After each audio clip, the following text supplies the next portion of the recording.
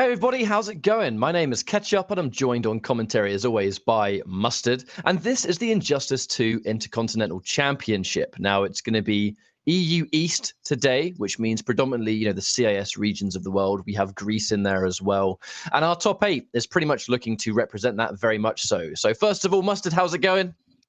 Yeah, I'm not bad. It's good to be doing this again. I know, of course, it's been a little while since we did this. I believe it was the online European Cup for the IPS. We last did this kind of commentary in this fashion, but I'm really excited. I think we have a nice handful of players ready to go. Of course, I think before we get too far into it, just to take a minute to explain to any of the viewers that may want to know what the Injustice 2 Intercontinental Championship is.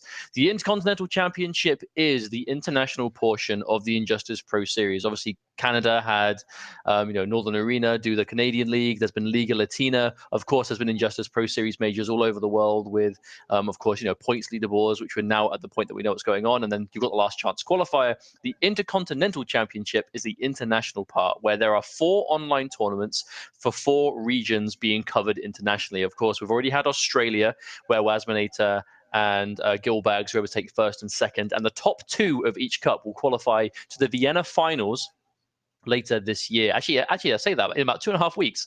So not too long far now. away now at all, indeed. Of course, this is EU East, so we're covering quite a generous part of Europe, as we do have quite a lot of good players ready to go. And of course, we have Middle East tomorrow and then Europe West next Saturday. So today it's all about EU East, where we have players like Reiko, K-Top, Do Basic, Nivek, H-Dope, Get Blame, Alagil, and For Sure 7. So some familiar names and some new ones.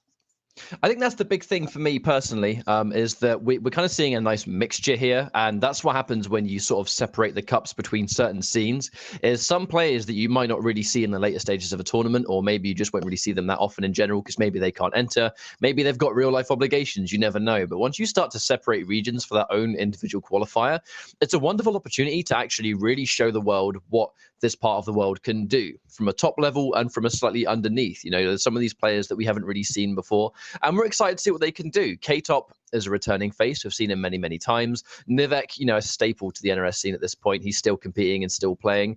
Injustice 2, one of the many games he's actually competing in right now. But starting things off, Reikio versus K-Top. I believe this should be Superman versus whatever character K-Top's going to use. We know that he's not shy of counter-picking or going with a character he thinks is the right character for the job. Reikio, as far as I'm aware, mostly Superman though, right? As far as I'm aware, that's all he really plays. I know we've actually seen heroes here and there, or Reiko, I should say. Of course, he used to go by the name Heroes NZ, but now he's changed it in very confusing fashion. But we used to see him quite a little bit here and there, and it was always Superman. So I'd be very surprised if he isn't playing that today. K-Top, on the other hand, if we're talking about character choices, we know we've seen a lot from him too. I know he started off in Injustice 2 with Superman. We've also seen him play Black Adam, as well as Starfire. When she came out, we saw him use Atom as well during the European Online Cup. And that has kind of always been K-Top's style. I think both he and his brother H-Dope, we'll see some from him later on as well. But they've both been big believers of having a team of characters. And I feel like we say this all the time because, I mean, it's always true. This is the kind of game that having the matchups covered and making sure you've got a team of characters to go to is effective. And I feel like K-Top and H-Dope have always been big believers in that style. It does make it unpredictable as to who he's going to play. Of course, he's going to likely know he's coming up against Superman. So I guess the question is who he thinks out of his team is going to do the best in that regard. I know Atom is kind of, I don't want to say flavor of the month, but I feel like Atom really is getting stronger the longer this game goes on. And in terms of, I don't even think it's a matchup thing with Atom. I think a lot of players just genuinely do not feel comfortable fighting against him. I think Atom really breaks the mold in such a way that a player like K-Top that really thrives on doing what he wants to do will be great with a character like Atom, because the character is just obnoxious by design. So, of course, you've got someone that's willing to play in an obnoxious way with an obnoxious character. I think that's going to work really well if that's what he chooses to go with. And I think when you go up against Superman, it's a very fundamentally sound, neutral-based, good buttons, good pressure. Not as good wake-ups anymore. I know, a long time ago when we saw one of those balance patches where Superman's wake-up game was sort of nerfed quite heavily. And that was kind of like the weakness that was given to Superman, wasn't it? That he almost seemed to be a jack of all trades. And I think NetherRealm wanted to make sure that he could still do what he was designed to do really well, but it was important to kind of give him that one weakness that could be dealt with, which is his weak wake-up game. So Atom, I think, one of those characters that by design kind of removes neutral.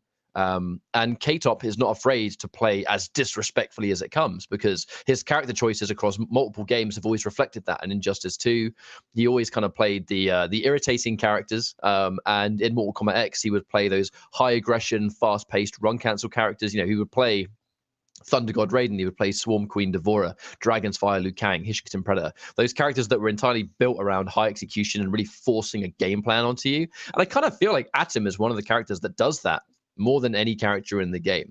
So interesting to see what happens while we get this match underway. The important thing to really emphasize here is just what these players are playing for. You know, let's not forget it's going to be the top 2 players of every qualifier making it through. Of course, we're going to play through the grand finals anyway, because we need to basically make sure who makes it through into the finals from a seeding standpoint. The winner of this tournament will get better seeding when they play live in Vienna in a matter of weeks. You know, this Intercontinental Championship will be fast and furious. It doesn't last very long, but I believe we have our first match at the top 8 good to go. The players now in the lobby. So we're going to do a quick test. Ready? Yeah. Yeah, I'll let you go on. I was going to quickly say before we moved on too much, we do have the players ready to go. We apologize for the delay, even though it's only been a couple of minutes, but we want to make sure that obviously we're doing a connection test. We know that we have had issues in the past, with certain players in online, and it has unfortunately compromised I suppose the stream experience. As you know, obviously we have to talk about what happened last time. Obviously K-Top had some connection issues against Mantis and had to end up playing it off stream. We want to make sure that doesn't happen again today. So we are doing a quick connection test off of the screen. You can't see it right now with K-Top and Reiko, just to make sure that it works and they have a smooth connection with each other. So as soon as this is done, which should just be in a matter of minutes, we will get straight underway as the players are now in the lobby. And fingers crossed, don't have any problems with the connections. We should be smooth sailing from this point. One can hope. I feel like with the players that we have so far, it's not really going to be too much to worry about. K-Top, I know we had issues with him recently in the online cup, but I think today, we've had online situations before. Obviously, when we did our own first attends, when we used to do those exhibition matches for Injustice 2, K-Top would kind of appear in both Mortal Kombat and Injustice 2 as quite a returning customer. And let's not even forget the main thing that really allowed K-Top to kind of put himself on the map back in the earlier days was actually when we used to stream our community cups. Back in the day when we had the ESL community cups, it was himself, it was Mirko as well, his brother H-Dope.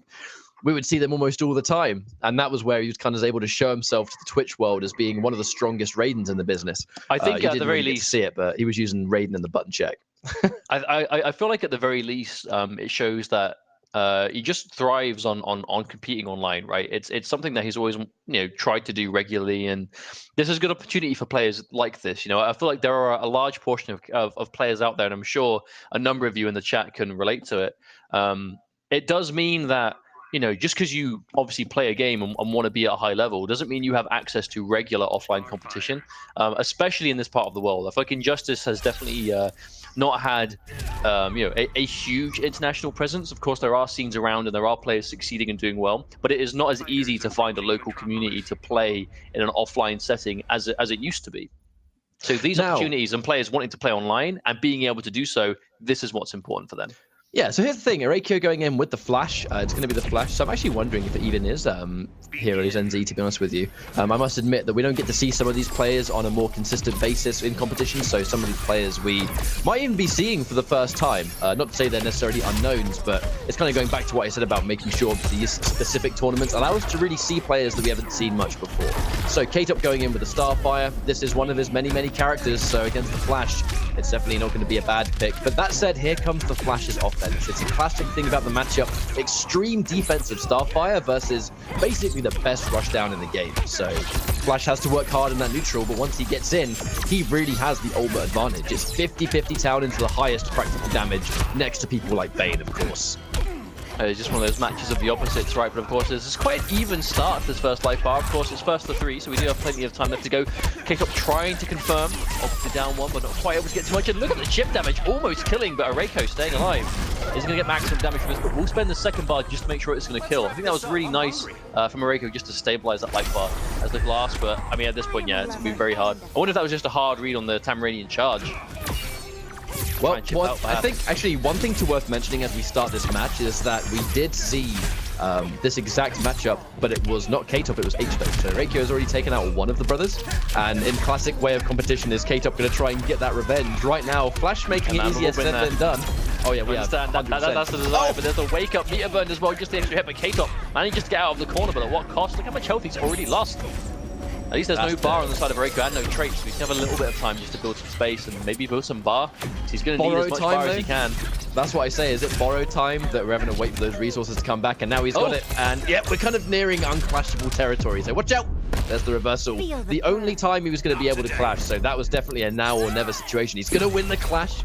But now, if he gets clipped once, Flash is going to kill him easily. Nice. Good jump. Wow, yeah, K-Top using the right version of that jumping heavy as well. Just make sure it was able to catch. That's the funny thing about Starfire, actually, that some people might not even realize, is that she can change her jump 3's hitbox. She can make it go in front, she can make it go back, short, wide. If you play, you understand, but if not, it's a very underrated tool. He gets to confirm anyway, and 2 times in a row, we're going to see that 2-bar confirm. Bam! Game number 1. We're going to be going into Reiko. Good stuff, but obviously 3 out of 5 territory here in Injustice. K-Top still has plenty of time to bring this one back. I feel like that's just a Flash in a nutshell, right? He's one of those characters that just kind of he just screams damage. You know, almost every time this character opens you up, if he's got a bar to spend, he can just extend it so much just to do as much as physically possible. But it's off of a lot of stuff that it's hard to see, hard to deal with, right? He's kind of, in terms of rushdown characters, he is very much the complete package. You know, he has cancels, he's got unseeable 50-50s, and he has damage to boot, and he's got a trait that kind of helps all of those piece together. I feel like he's not, at this point in the game's life, he's the kind of character that I feel like, you know, it's not difficult to kind of just pick him and mix people up, but it's hard to really play him optimally when you're really playing around the trait properly. Because I feel the trait is one of the most versatile in the game, but it's very easy to waste it, and it has quite a long cooldown behind it. And that's, as a Flash main, though, it really is going to be your responsibility to just kind of get that game sense. Gets the down 1 confirmed. If you catch hair flip, you do have a little bit of extra time to catch that down 1. Not an easy confirm, but definitely possible. K-Top looking much stronger, pressing 1 too many buttons. That's one thing about K-Top, is that even when he's minus, he still tends to down 1 quite regularly. And a character like Flash, he's just going to blow you up for that. Speaking of which, we're going to see a full combo. As you can say, yeah, indeed. The moment you say he presses down 1 at some questionable times, he does just that and gets a full jump in, but he is able to stabilize. He does have a life lead again, and that's going to be the trait gone for Reiko, but there's the charge from full screen. Reiko, there's a double low, hit confirming. Lightning kick, gonna extend the damage big time, gonna end with K-Top in the corner, wake up. Oh, wake up with the interactable, unblockable. Smart stuff from K-Top, and he's built the space again. Oh, but straight under the projectile. Yeah, we saw the meter burn forward 3 there from Reiko. Normally very common sort of option for dealing with a 1-hit wake up, but if you have an armored reversal yourself, which is most of the time going to be an environment interaction, you got to respect it anyway. You're going to waste the bar and get hit regardless. Excellent anti-air, and we're down back 3. Very clean. Yeah, that was swift from K-Top. He knew exactly what was going to happen. There it is. Oh, the big whip, but no attempt to go from Reiko. He made the read to call out that just neutral trait, one of the many uses, but didn't follow through with it. Ooh. You keep falling behind. Okay, here's the clash. We have to wonder what we're going to get from this. A pretty neutral situation, to be honest. A lot more bar in Reiko's favor, though. So, of course, we're going to go back to that neutral situation. Saving 2 bars, sometimes you would question that decision, but it's Flash, right? No, with punish from the high. That could be costly, because you know for a fact that was probably going to be a clash from K-Top. Go block on the jumping heavy again. Reiko, he's down on life, but by no means is he out of this. The Tamranian charge puts himself in the corner, and a big call out from Reiko, knowing he was going to try and get out there. The armor, but not enough. So much damage. Now, the danger there is that Starfire kind of gets what used to be a mix-up and wake-up that only really belonged to someone like Green Arrow, maybe Batman as well. Wake-up attacks that are so plentiful, but also good, that in many times it can kind of be a mix-up of what wake-up is she going to go for. Now, right there, he made the call on a single-hit wake-up. Unfortunately, the meter burn hair whip just armor breaking the forward 3 completely. So, you know, if you expect her to do down back 3, you have to sit there and block it, let it whiff. If you expect the hair whip, you have to make it whiff or forward 3 it. But if she does one of the other wake ups that you're not expecting, she can actually beat your option with the other wake up of choice. So it can be kind of scary on the offense. It kind of means that you can never really keep a full lid on this character. Yeah, and it's just one of the many strengths she has. But at the same time, you know, they are all punishable in some way. You just have to make the call out as to what it is. And obviously, some characters can set up to make, you know, beat multiple versions, but you have to really be ready for them. But there's a big opening now for Reiko as the first opportunity to get a launch in the game. He's going to do a full chunk of damage and already have K-Top cornered. Immediately with a rake up, big risk from K-Top, and that's going to be a full punish. Reiko. But that, to be honest, that kind of goes into what I was just talking about, though, where we saw the sit there and block because he expected the down back 3 and he got it. If he did wake up hair flip, it actually would have no longer been his turn to press buttons. So in that one instance, Reiko made a very good call. Sitting there and blocking, expecting a jump, so he preemptively goes in for the air hover. but unfortunately isn't correct. Back to neutral. Well, here comes the trait, having to make the whole thing whiff. Can't really press the advantage, and unfortunately, all that's really going to do is slow down time. It's going to be a little bit in his favor because of the life lead, but a life lead against Starfire doesn't mean too much if you get hit by that one trait into meter burn. Was able to get the reversal at the very least, so the first life bar goes his way, uses some of the time up, so he's going to have the trait back soon, but that's a long time for K-Top to just try and build some resources. Of which he's looking pretty starved, actually. K-Top looking pretty low on bar. And only half of his own trait. Yeah, we're back to this very sort of like slow-paced neutral, and this is what the Flash has to do. He has to pick his attack carefully. Okay, there's the lightning kick. Confirm. Nice. Wonderful confirm, actually. Very impressive. Looked like a drop to me right there. Looked like he tried to get something else. Did not look intentional, and he's going to suffer for it. Yeah, losing a round. A lot of that from Mareko so far, honestly. He's going for these kind of like wacky confirms. He's getting a lot of them, but when it comes to like cashing out or choosing how to end it, he seems to kind of like hesitate. And that hesitation is consistently making him drop things. As a character that really thrives on getting a knockdown setup. Now that sucks. That really sucks, unfortunately, getting hit by the further end of that trait, losing his speed force because of it. Oh my word, watch out. That jump 3, such a wonderful button in this matchup. The hitbox is insane. It's good use, K-Top. You can see him just trying to constantly fish with it whenever he can. Speed force. Oh, big risk from K-Top, but actually manages to recover in time. I wonder if that was a trip guard attempt from Mareko, but wasn't able to get it. Oh, he commits. No punish. I don't know what's going on. With punish? What? Oh my god. I know he's trying to keep things unclashable, but come on. Oh no. I think that might be over. No, that's not punish. No, it's not. That could be, yeah, disastrous. Absolutely disastrous end to that game, to be completely honest. That was so unfortunate that I think he tried to just keep things unclashable. The problem is, he left the things he chose to end, the buttons he chose to go for to prevent the clash, didn't really leave him in a good situation and allowed K-Top to escape anyway. I think the better call would have been force the clash, spend all of your meter to hurt K-Top, and then play for that last hit. That would have been my advice, but we'll see. It seemed like he had a good chunk of bar behind him anyway, so I feel like in those situations, it's like if you're going to commit to making them, not be able to clash, you at least have to be tidy with it. I feel like what he was doing there was kind of just prolonging the kind of spaghetti fest at the end. Of which he definitely wasn't coming out on the better end of, I feel like if you're trying to, stagger in, you're almost going to go for things that are neutral, try and go for some plus if you can. The last thing you're going to do is moves that are like seriously minus, and that's what he did almost exclusively in that scramble at the end. And that's what gave K-Top the moment to come to 2-1 now in this first series of winner's side top 8. Look at that gear. Finals. Look at that flash gear, by the way. That is a ketchup and mustard flash if I've ever seen one. A little bit. I can kind of see it. 80% me, 20% you. But that jump back 3, it's one of those things where she zones really strongly, not because of just the cluster, not because of her straight projectile, but her buttons too. Her jump 3 is one of her zoning tools. It's not normally the community can sometimes consider zoning projectiles only, but she has normals that also get the job done, not getting caught respecting that cluster and eating it for a full combo. Just look at how fast the damage can go. That's why you've got to show so much respect. The trait catching the meter burn roll. Wonderful decision from K-Top, who is now looking very, very good. Match point. Got on the verge of a 3-1, getting revenge for H-Dope. Well, there's that preemptive meter burn max 3. I think Mareko playing a little bit too far ahead now. He does not have the life lead to make these kind of decisions. K-Top, he's just trying to keep him at bay. He's managing his resource as well. He's got nothing left now, but that's because as soon as he builds something, he's using it, and it's being put to good use. There's a full screen running though from Mareko. He's going to get an opportunity, probably take the first life bar. Now, he absolutely cannot afford to let K-Top get out of this corner, but the problem is that corner, interactable, is really good for powered characters. Hang on a minute. No, we'll get the opportunity to. It's been an instant clash from K-Top, take Mareko out of speed force, make that trait come back, and get some guaranteed life back. Although, one of those positions where you have no choice but to clash. But this does mean that everything Arakio manages to land now, because it's Flash, open season. The triple overhead, no, drops the combo. That could be a game-ending drop, to be honest, because the combo drop has allowed K-Top to reverse momentum. He gets a block on the interactable, but look, going for the retreating jump 3, that one combo drop has now put us mid-screen, which is exactly where K-Top wants to go. Why is he going in? Why would you go in there, K-Top? What a mistake! What a mistake!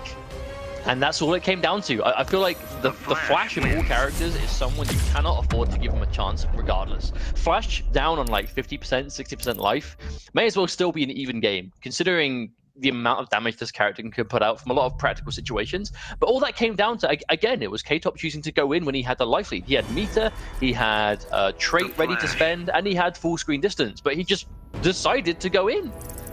The cardinal sin of playing a zoning character was just attempted, unfortunately, and now it's put us to 2-2. The thing is, Mustard, that is very much a K-Top play, right? Is that K-Top is so rushdown minded because that is where he has crafted his playstyle. You know, just to remind you all again, he really made a name for himself back in the later stages of Mortal Kombat because of run cancel characters that are more aggressive than any other character in the game. That was how he played fighting games. So now he's playing Starfire. He knows how to zone, don't get me wrong. But there are split seconds where if you're playing a defensive keep away character and you have the neutral, you have to retreat. But K-Top in his mind wanted to go in and get that last little bit of damage up close, and unfortunately being at that range is exactly why Eriko ran away with that one. But it has given Eriko an opportunity back in. Already interactable gone now for K-Top, blocked from Eriko. Well, K-Top is putting quite a lot of beater in the process. First hit is yet to be awarded, so there's a bar on the table waiting. But until you go to Eriko, goes clean under for a full combo, and K-Top is cornered. This is a bad look, but no, it's a little bit too late. Normally, dropping the end of a combo is like, that's okay, he's going to lose a little bit of damage, but it's not important. But if Flash misses that end, he loses like almost like another 200, surely some insane chunk. But again, the combo drop is allowing K-Top to sort of get up a little bit earlier. It's not just the end of the combo for Flash, it's the setup afterwards. And if you drop it, you don't get that setup. No! Loses the Speed Force too. This is the most unfortunate way to end the round and shows why K-Top is going to run away mid-screen. Okay, blocks the lightning kick, but just only needs a down one. He doesn't need anything else. K-Top on match point for another time. He needs to play this carefully though, because look at the bar difference. And there's no reason for him to be patient there. I feel like Eriko has been in those scramble situations, dialing in, both hits of the down 1-2 into lightning kick consistently. So he's going to know to just sit patiently and wait. Tries to down one, but gets launched by the Sonic Pound. This might be the life bar. No, another drop from Eriko! What happened there? Execution is 1000% losing in this game so far. He needs to just tidy things up, or K-Top is going to walk away with this instantly. You have to play third off against Starfire. You have to keep a lid on this character. You have to punish every single misplay. And Eriko has had a couple of moments to do it, but he's just not been able to seize the moment. He's going to get around, but I don't know. Even with the meter difference, I look at the fact that Starfire has almost all of that trait, and look, one of them does a third of his life. He can't get clipped anymore, otherwise it's game over. Uh-oh, this could be game over, Mustard. This could be game over. Maybe. There's a K-Top in the corner, and he's got 2 bars. He gets with no combo again, and the maximum delay wake up from K-Top. Wants to waste as much time of that trait as possible, and Eriko walks straight into the jump heavy, and that's gonna be it. As the Starfire beam is going to take this one down, Eriko, I feel like he really let himself down there with those drops. I feel like almost every combo he got in that final game was dropped at a really crucial time.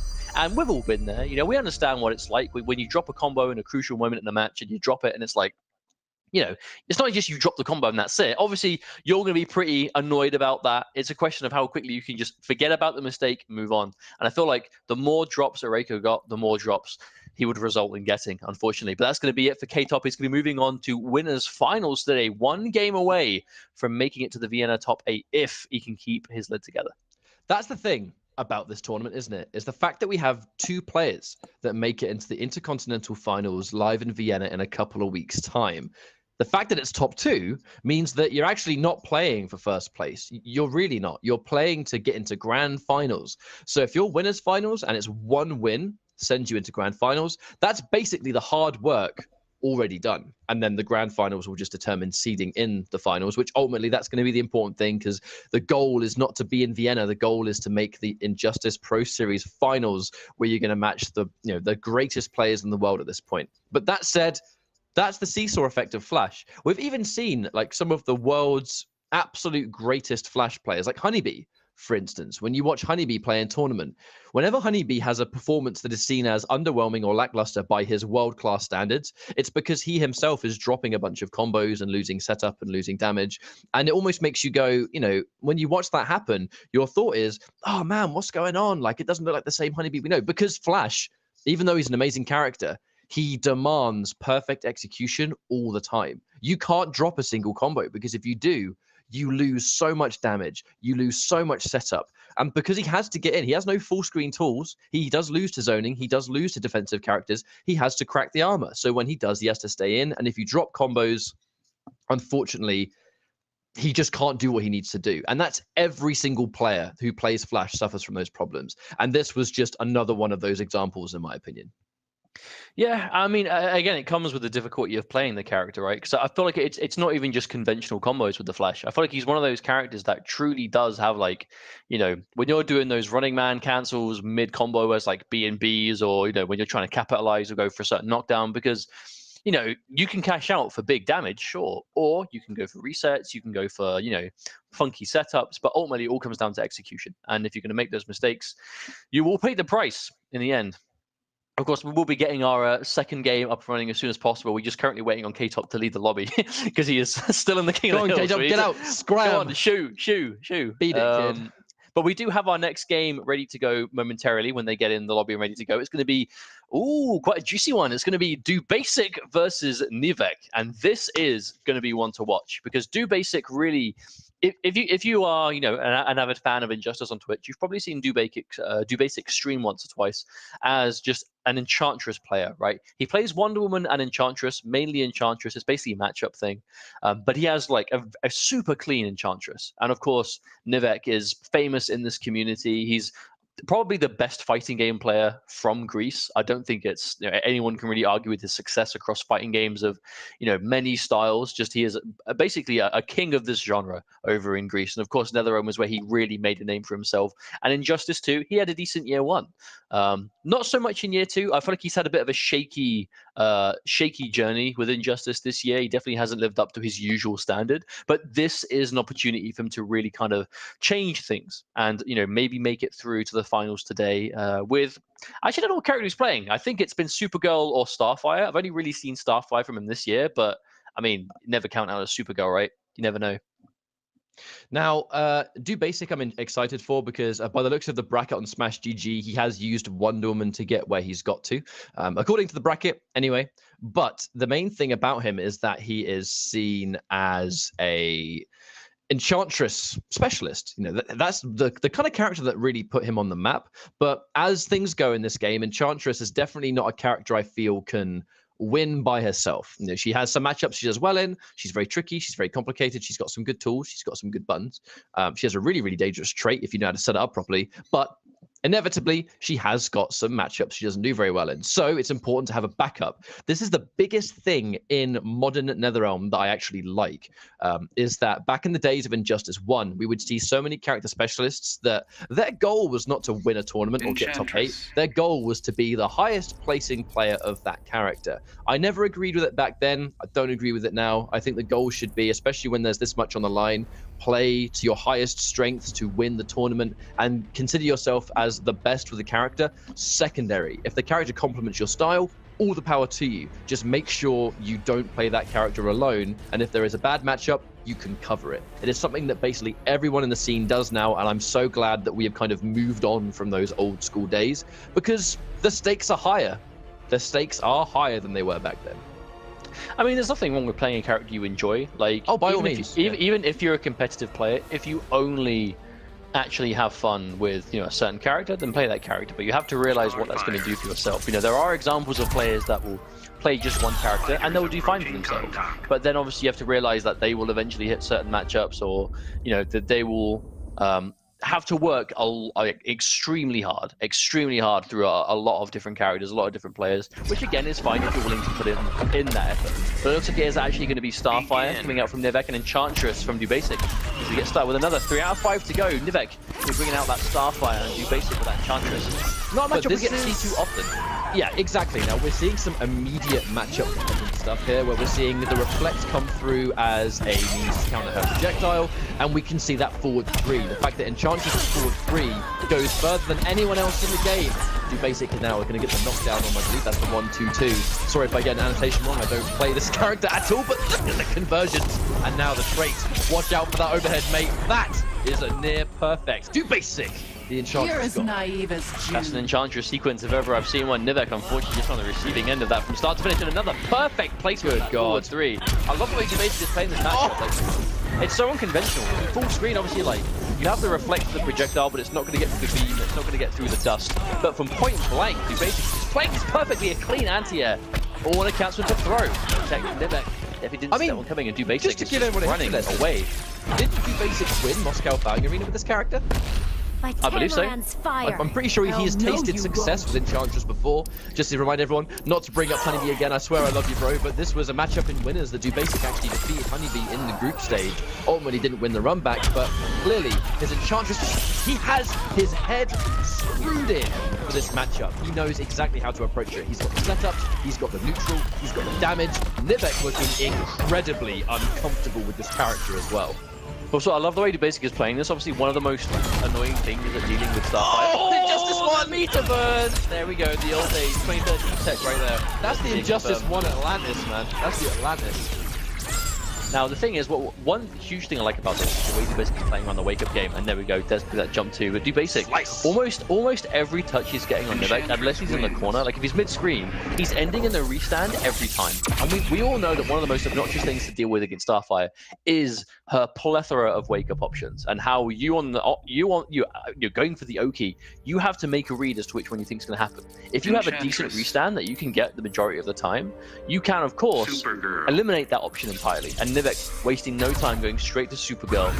He's going to attempt to make the change. Supergirl is the character he had a lot of success with in year 1 of Injustice. Of course, the character is slightly different, but fundamentally can still do a lot of the same things. And Nivek is, I think this is a good pick for Nivek because she's a very fundamentals-based character, and Nivek has fundamentals for days. Now, this is a matchup where you kind of look at the tools, though. So we're still going to see some full screen stuff. It's not going to be as slow recovery. The laser beams will be a bit faster.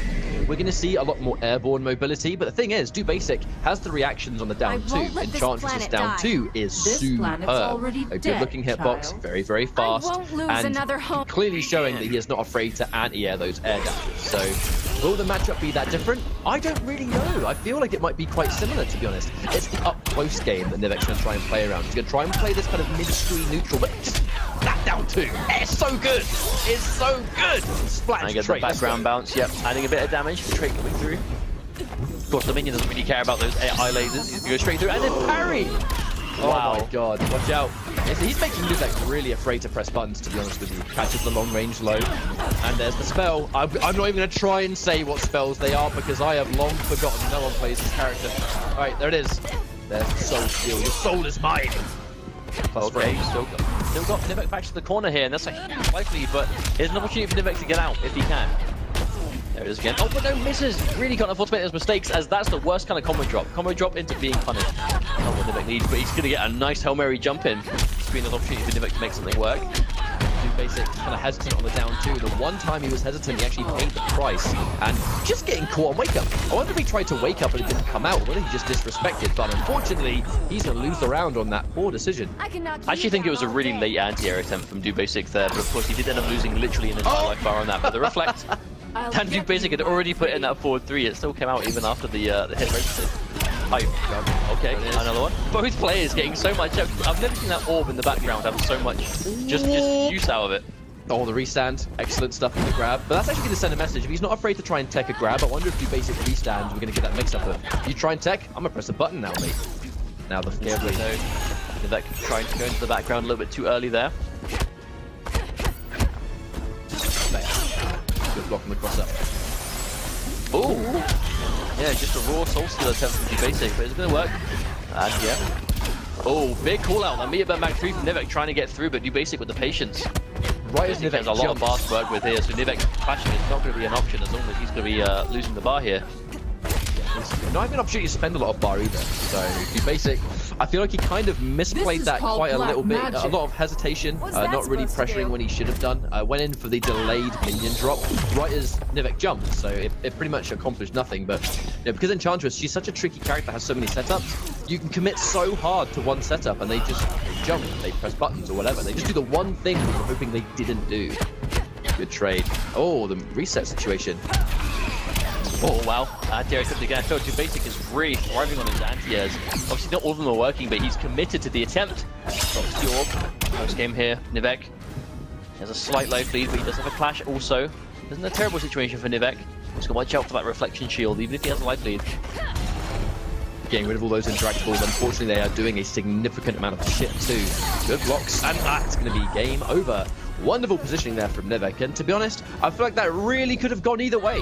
It absolutely could have gone either way. Just Basic didn't get a couple of opportunities that he should have got, and Nivek just, you know, playing solid as ever, solid as a rock. That fundamental character that Supergirl is. But there's the character change, right? That's exactly why Nivek goes for it. Even though Starfire is an incredibly powerful character right now in terms of the meta, if you personally feel more comfortable in a certain matchup, or you just think the change is necessary, you need to be able to do it. And Nivek's done exactly that. But you actually look at how he lost the first. Look at the health he had left, and then you look at the way the first round went. If Basic just didn't make those, pretty much the situations where he gave away free damage in the first round, those 2 instances where he got hit because he hesitated on a jump in, and then when he got knocked down, he just got hit by a raw jump in on a wake up. That entire thing was basically Basic giving damage away that was the damage difference at the end. Like, you have to make sure how costly will every misplay be. Isn't hindsight great? I know, what a right? Wonderful thing. It's almost like it's our job to hindsight because we have all the knowledge by watching the game. The stages have been pretty interesting as well. I feel like these are definitely two characters that really benefit from a background bounce. Even there, I feel like Nivek tried to whiff punish with the background bounce but wasn't close enough to the center of the stage. But they're both getting so much mileage out of them, and consistently we find ourselves on a stage with that being an option. Oh, even though it missed, it still came back. This skill's just active for so long. But there's the jump in. We're going to get the spell, but we're going to see what spell it was. And the speed of the match and this stage, I've got to be honest, the effects for the spell is the same color as the stage, so it's kind of hard to see what spell it is. Either way, so drop into a reset from Nivek. There's the classic. Oh, the overhead, the mix-up comes through. Obviously, this is going to do a huge amount of damage, but it is going to be no setup. Going straight for the cash out. Back Devon to be shown. Oh, I wonder if Nivek tried. That should be health, right? Yeah, the meter burn gets spent. Basic now getting some health back. Disrespecting the 3-hit string. Pressuring back, and he's going to get the round. Quite costly, though. He's going to lose all of his trait for that. I think it's worth it, though. Definitely. He has the interactable behind him as well, but no, he isn't even going to bother with it. He's going straight through. He has a huge amount of bar as well. Basic doesn't get opened up this time. There's going to be a nice opportunity. Straight to capitalize, evening things up. Almost dead even on bar also. This is again. Now that you can see this game. Oh, the overhead. Actually surprised Nivek getting hit by that. Definitely not your traditional forward 3, is Enchantress's forward 3. Such a wonderful sort of counter-zoning tool. Can't get a full combo anywhere on screen, but it's going to at least be able to knock it down, give you Basic a little bit of real estate. There he is again. Forward 3. So satisfying. The grab, finally. Nivek showing so much respect on those jump 2s that I think the grab was almost inevitable. Dash into down 1. It's actually low profile that high. Nivek a bit of a chance to come back. Oh no, missed the combo again. But at least, I mean, it is a hard knockdown, right? So even if you drop that combo, you still get a setup. Oh, it's active! Oh, that was so active. Lovely capitalization. Okay, this is danger territory. We're getting quite weak now. And now, if we get openings, we might see some uncrashable damage into potential death, to be honest, since the bar they both have left, especially to Basic, who has really been unable to spend any of his meter this whole time. Now there's no spell. No, Nivek, he can't crouch. He's killing himself. He just crouched like 5 times and took so much damage because he was hit by the spell. Magic. And while he was taking damage, he lost the life lead by crouching in neutral. And while he was taking that damage, he basically gave himself like the damage theory. He trades, for those that don't know, you trade your meter instead of your health. So if he's in a position where he's got loads of meter, he can win, but unfortunately, because the background bounce, it's not going to be enough. That is so unfortunate. He got a spell that was wonderful because actually doing the teleport hurt Nivek to do because there's a down input there. Unfortunately, he was buffering a special with a down input while he had the anti-crouch curse on. So he was just losing, and I'll be honest, that's a generous amount of health you lose every time you crouch. So Nivek unfortunately slowly killing himself there, but was still able to take the game. So no love lost just yet. Now, Basic actually going back to Enchantress. He does play Wonder Woman as well. And Nivek, you know, we've not even talked about Nivek Supergirl. That, you know, this is definitely not just another Supergirl. Nivek was actually one of the before she got buffed and everyone started playing this character, he really was actually the premier Supergirl player. He did really well in the Injustice Pro Series last year. Was very close, in fact, to actually qualifying for the IPS finals. Did very well with Evo. Defeated some really, really insane players. He's defeated Coach Steve in tournament before. He defeated, I believe, Slayer in tournament as well, all with a pre-patch Supergirl. So, you know, he definitely knows a thing or two about this character. Oh, that long range again, basic. Deceivingly long footsies. And here comes the boy, just casually strolling. But to be honest, the presence of the trait is what got Nivek to jump. That's why basic was so ready for the anti-air. But that's the importance of you know, just utility like that. It's not the fact that, you know, we've all seen the videos, we've all seen the Enchantress minion setups and all the crazy combos, but it's just the fact that you can pull something that is on a set path or has an option to do, you know, do damage for you. It's the options it eliminates just as much as the setup. Here we go. Pressure comes through again. When was he going to release? That was the mix-up. Oh, just gets caught. The push. Giving another knockdown. Delayed wake-up. Going to keep him alive for now. The interruption on the down one. Knockdown for another time. basic really keeping Nivek where he wants him to be. And Nivek might start being a little bit squirmy now. Not going to be his choice to make. As basic makes a wonderful sequence in the corner. Yeah. I like going for the soul steal at a range that jumping is going to get caught by it too. basic is again showing that he's a master of the spacing on these Enchantress moves. But that's going to happen when you play this character as much as he has. Set gets punished. It was only 2 bars away. For me, it was only a matter of time until we saw Nivek pull the trigger on that meter burn though. And here we go. Okay, full combo. Full combo. We're definitely going to see a minion set up here. This is the presence. The presence. Here he comes. He's just walking menacingly to the down two, just in case he jumped. Caught again. Don't tug on my cape. That was 100% just to try and cover as many options as possible. basic, he knows he's got a strong life. He doesn't need to overcommit. Doesn't need to do anything too wacky. As long as he just plays solid, he should be okay to take this one. But Nivek managing to get quite a respect on that health left, to be honest. Oh, that one hit low. The angle of that diagonal laser. basic really feels like his game to win right now. Look at this. We're going to see a conversion again. Interaction. The only thing he could do right there, going into the air escape. That would have been death, I think. The Meatburn forward 3! This is just not Nivek's game. And it is entirely basic. Again, basic again going for the soul steal, but he's safe at that range. Oh, and calling out the back one. basic with a very solid game. You know, I actually wonder if you reflect a projectile that like, you know, goes low to the ground, when it comes back, is it a low? Or is it a mid? What do you think? I think it's always a mid, because I think it's just the angle, right? It's just the property of a move is only low if it's designed to be low. Angle very rarely has anything to do with it. So I'm gonna say it's a mid, but I'll be honest, I don't play Enchantress. I'm like, only 1% of this community plays Enchantress. That's why you rarely see this character. But when you see a specialist who is so good with this character, it's a real treat, to be honest. It really is. basic, putting in the work, streaming regularly, go and follow this guy on Twitch, watch his Enchantress gameplay. This really is a masterclass of how to use this character at a competitive level. That's the thing. Like, we can see the setups for days, we can see the mix, we can see the training mode setups where you've got a background bounce and 4 bars of meter and a trait good to go and everything else. But in tournament, this is where you take a fiddly character and actually apply them practically. Exactly. And that's what we're seeing now, you know. basic, he's been putting the work in with this character for so long, but of course, no, I don't want to count out Nivek. basic definitely going to be riding quite a lot of momentum after that game, I think, because of how strong it was for him. But Nivek's been in this situation many, many, many times before, so I don't think he's going to be particularly too stressed out. We are going to get another stage with yet again another background bounce as we go to Metropolis, the memorial statue. All right. But I think that this is a good stage for power characters. Right.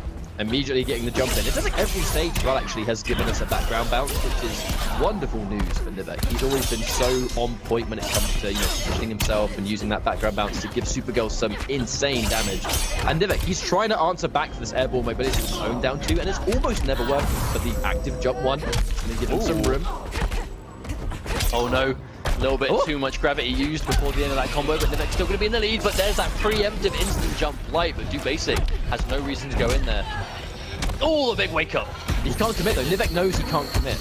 And it's almost like he just killed the minion there. Oh no! Badly placed forward 3. Death. Oh, air tech. Yeah, he's out. I don't think he wants to take the knockdown, because remember, the back 1, 2, 3 would have pushed him towards the corner, so he's just slightly outside of it. Yeah, forward 3, he can't really do it against those lasers too fast. To reflect. Yeah, challenging it again. Oh, so much range on the 1, 2, 2. Oh, the start of that reflect. basic not letting Nivek get away with anything. Tries to hit confirm, but no, a little bit too soon. And there's another instant jump. Nivek getting so much of that. He's trying to shut down those instant jumps from basic with one of his own. Now, he has to play this really carefully. With Nivek's situation, he can't give up any more life on his second health bar. Okay, there's the anti-air. Bomb again. Soul steal for some knockdown presence. Nivek, very respectful. basic kind of needs to kind of clip him one more time. I like how Nivek actually isn't deterred. I'm trying to think of what that could be. I'm really sorry. looking at it. I'm really sorry. I don't know what the... I can't remember what the spells look like because I haven't seen Enchantress in so long. I know the effects. I just don't know what the names of them are. Now, obviously, one stops the crouch. You've got the one that stops you from stops you from using super meter, and a few other ones. But it's just a question of recognizing which one it is at the time. We must look so bad right now. Guys, I'm sorry. Leave me alone. Okay, anyway, there's actually match point both players. Oh, the whip punish basic with the call out. Unclashable again, the trait. 4 bars in Nivek though. Oh, but is it gonna matter? He's gonna get the clash. Nivek. Now, the question is, will do basic spend his bar to stop health regeneration here? Because Nivek could potentially even things up in life, but do basic, he needs bar to really do what he's been doing. There we go, reflect. Nivek, as much as he really wants to, he just can't use these lasers. It's so quick for Enchantress. Use the reflect! Walks into the down 2. And there we go. Meter burn for the soul steal. That is why he basically does not spend bar because he wants it. Gets clipped. And now the minion. This could be the game-winning minion. Gets the cross up on the jump 2. And there is the clash of the basic zone. Saving no bar is going to save him here. 2-2. 2 for 2. What's the read here? 2 for 1. He's to get some health back to Nivek. He's in a rough situation now. At least Dubasic doesn't have to trait minion anymore. The block, plus frames. Yep, get into the jump because he knows Nivek's going to respect the plus frames of that 3 hit. A little bit of a whiff punish with the laser. Oh, instant dash just to go over the anti-air attempt. Oh, what? Oh, whiff punish! The grab from that read! I don't know. That must have just been a hard read. But he's going to get set up on this. He's got so much space. Oh, that forward dash out of the corner. Galaxy brain and a half right there. Oh. Not out, Nivek! Oh! Wait, whoa. Oh, the capitalization! He's still got it! Who's going to win? The forward dash! Another forward dash! What is going on? Super! Watch out. I don't think he's going to spend it. I don't think he's going to... Oh, the jumping comes out, Nivek. So mindful of do basic super meter, expecting something elaborate, and a jump in's going to do it. That was a good scramble at the end, but do basic sticking with Enchantress, and now he's going to be winners finals where he's going to meet K-Top as well, 1 game away from sending Enchantress to the finals in Vienna. Like, that's going to be insane if we can see that, but what an ending. What an ending. No, that was incredible. I feel like that's the best kind of scramble, where it's a scramble by definition, but neither player was particularly no one looked like they were panicking, not that they were getting stressed. It was still really clean play, even down to the final play. Nivek jumping back, seeing that Dubasic had a full bar of super meter, and having obviously the air dash in Super Girl that if he did go for super, he could obviously get out of there and avoid the chip damage, because supers do a lot of chip damage in this game. And I'm sure, I can't tell you off of memory, but I'm sure Enchantress does just as much chip on block for their super as the majority of the other characters. But bravo, really strong game from both players there. Unfortunately, Nivek going to be moving down to the loser's bracket, where he'll be facing the winner of our next match, which is going to be H-Tope versus For Sure 7. But of course, K-Top and Do Basic is that winners finals that we'll be seeing slightly later on in the broadcast. Winner of that match will be grand finals, which will guarantee them into the Intercontinental Championship finals in Vienna, where of course the winner of the Intercontinental Championship overall in Vienna is going to be a guaranteed invite to the Injustice Pro Series finals in November in Chicago. So still layers upon layers of qualification, but these players are ready to do it. And those 2 players find themselves 1 set away. Imagine that, 3 out of 5 away from being that close to making the finals. It's mad, really, isn't it? That we've been seeing the Injustice Pro Series unfold. At long last, the rest of the world is now getting its own championship in the form of this Intercontinental Championship. And we're starting to see basically outside of the North America region, or that part of the world, where we saw, the Canadian League. We have been seeing IPS throughout the course of the entire year. But now it's time to really bring things back. We're going to see the CIS. We're going to see Europe. We're going to see Middle East, Australia, other communities that are super passionate about the game. But as of, very recently, haven't really had the opportunity to show the world what they can do in Season 2. It's only really been, we've only ever really seen this year, like Waz, Tekken Master, Shark Teeth, Happy Pow, and Mantis. We haven't seen much of anyone else. And I'm glad that these cups are now here so we can finally talk about these guys, because we've known about them for so long. And maybe, the rest of the scene might not have heard of some of the players that we can finally see. Do Basic, unless you watch Do Basic stream, you wouldn't really have heard of him unless you've seen Vienality, where you obviously heard the results take place. You saw his insanely legendary match against Irish Mantis, which was one of my favorite matches I think I've ever seen in this game. And it just kind of all leads into building the storylines for great players that are from places that aren't North America or Canada. So going into our first matchup in losers, I do believe the matchup is going to be H-Dope versus For Sure. H-Dope, the brother of K-Top, in case you're new and uninitiated, not quite sure, these guys are brothers. They've been playing together for a very, very long time, competing in online cups. We saw H-Dope in the MKX Community Cup days, just alongside his brother K-Top. They would come, sometimes take it in turns to compete in these tournaments, but H-Dope was always one to go with a little bit of the more unorthodox characters. In Mortal Kombat X, he played Leatherface of all characters. He played a lot of Leatherface. And in Injustice, for the longest time, he played Scarecrow. Scarecrow was a character he really liked to play. Not so sure about him these days, to be honest. We haven't really seen him a huge amount. So what the matchup will be, only time will tell. Same with For Sure, too. For Sure, I believe I've seen him in the online world as a cheetah player. Or Vixen, and I say this because before we went live, I literally did like a ranked match, like a ranked session, and I'm pretty sure it was him, and he was playing cheetah. So there is my analysis on For Sure 7. I played him in ranked before we started, but of course he's gotten this far in the tournament, so he's managed to get himself loser side top 8. It was a very, very tidy cheetah, so I'm sure we'll be seeing some good things from him. But also, as you said, right, you're talking about unorthodox characters from H-Dope, Cheetah. We can count the amount of times we've seen Cheetah this year on one hand. I feel like we used to see some Cheetah from, of course, we saw Newbie and Shen in year 1.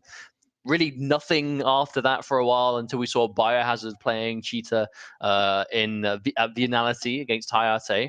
And that's about it in terms of like Injustice Pro Series activation. Of course, there are online cheetah players that do well for themselves, but in terms of like offline, major competition, we don't really see this character much at all. So I'll be quite curious to see how this goes at this stage, because obviously this is losers bracket action, so the safety net is gone from this point onwards. I believe it was For Sure that defeated Pennywise as well. So Pennywise, the Poison Ivy player, that would have been Poison Ivy versus Cheetah. Another matchup they don't really get to see very often. For Sure, wasting no time, Vixen. Going straight in, and it's going to be the Vixen pick. H-Dope going in with Black Manta. Now, I can say absolutely for sure that I have never seen H-Dope's Black Manta before, but I like the pick. I like Black Manta in this game. I think he, in some ways, still is not underrepresented, but we just don't see him picked very often. And we all know that he's a really dangerous character. So excited to see what he can do. Black Manta is, my personal favorite character in this game, and I feel like he's in a great place in the game currently. Yeah, absolutely. I think Black Manta is just a super solid character overall. However, obviously, we know that Cheetah, or Vixen in this case, is one of those characters that is knows the way this character is supposed to play the neutral, and it's all very much about that dive, right? Traditionally, that's what we see. Whether or not that's what we see all the time, I guess we'll have to wait. But it is a very kind of chaotic, hectic, centered on movement, but of course, the low profiling also. But to be honest, I think that's actually why we're seeing H-Dope go in for his... we're seeing H-Dope... I'm getting mixed up from reading his gamer tag. H-Dope's down back 2s, the missile. Normally you don't see it in the neutral. Against Cheetah, who is so air heavy, I think those missiles will actually catch her in the air, and that's why we're seeing H-Dope go for it. Yeah, of course. Especially considering that is traditionally such a common thing for Cheetah players to go to.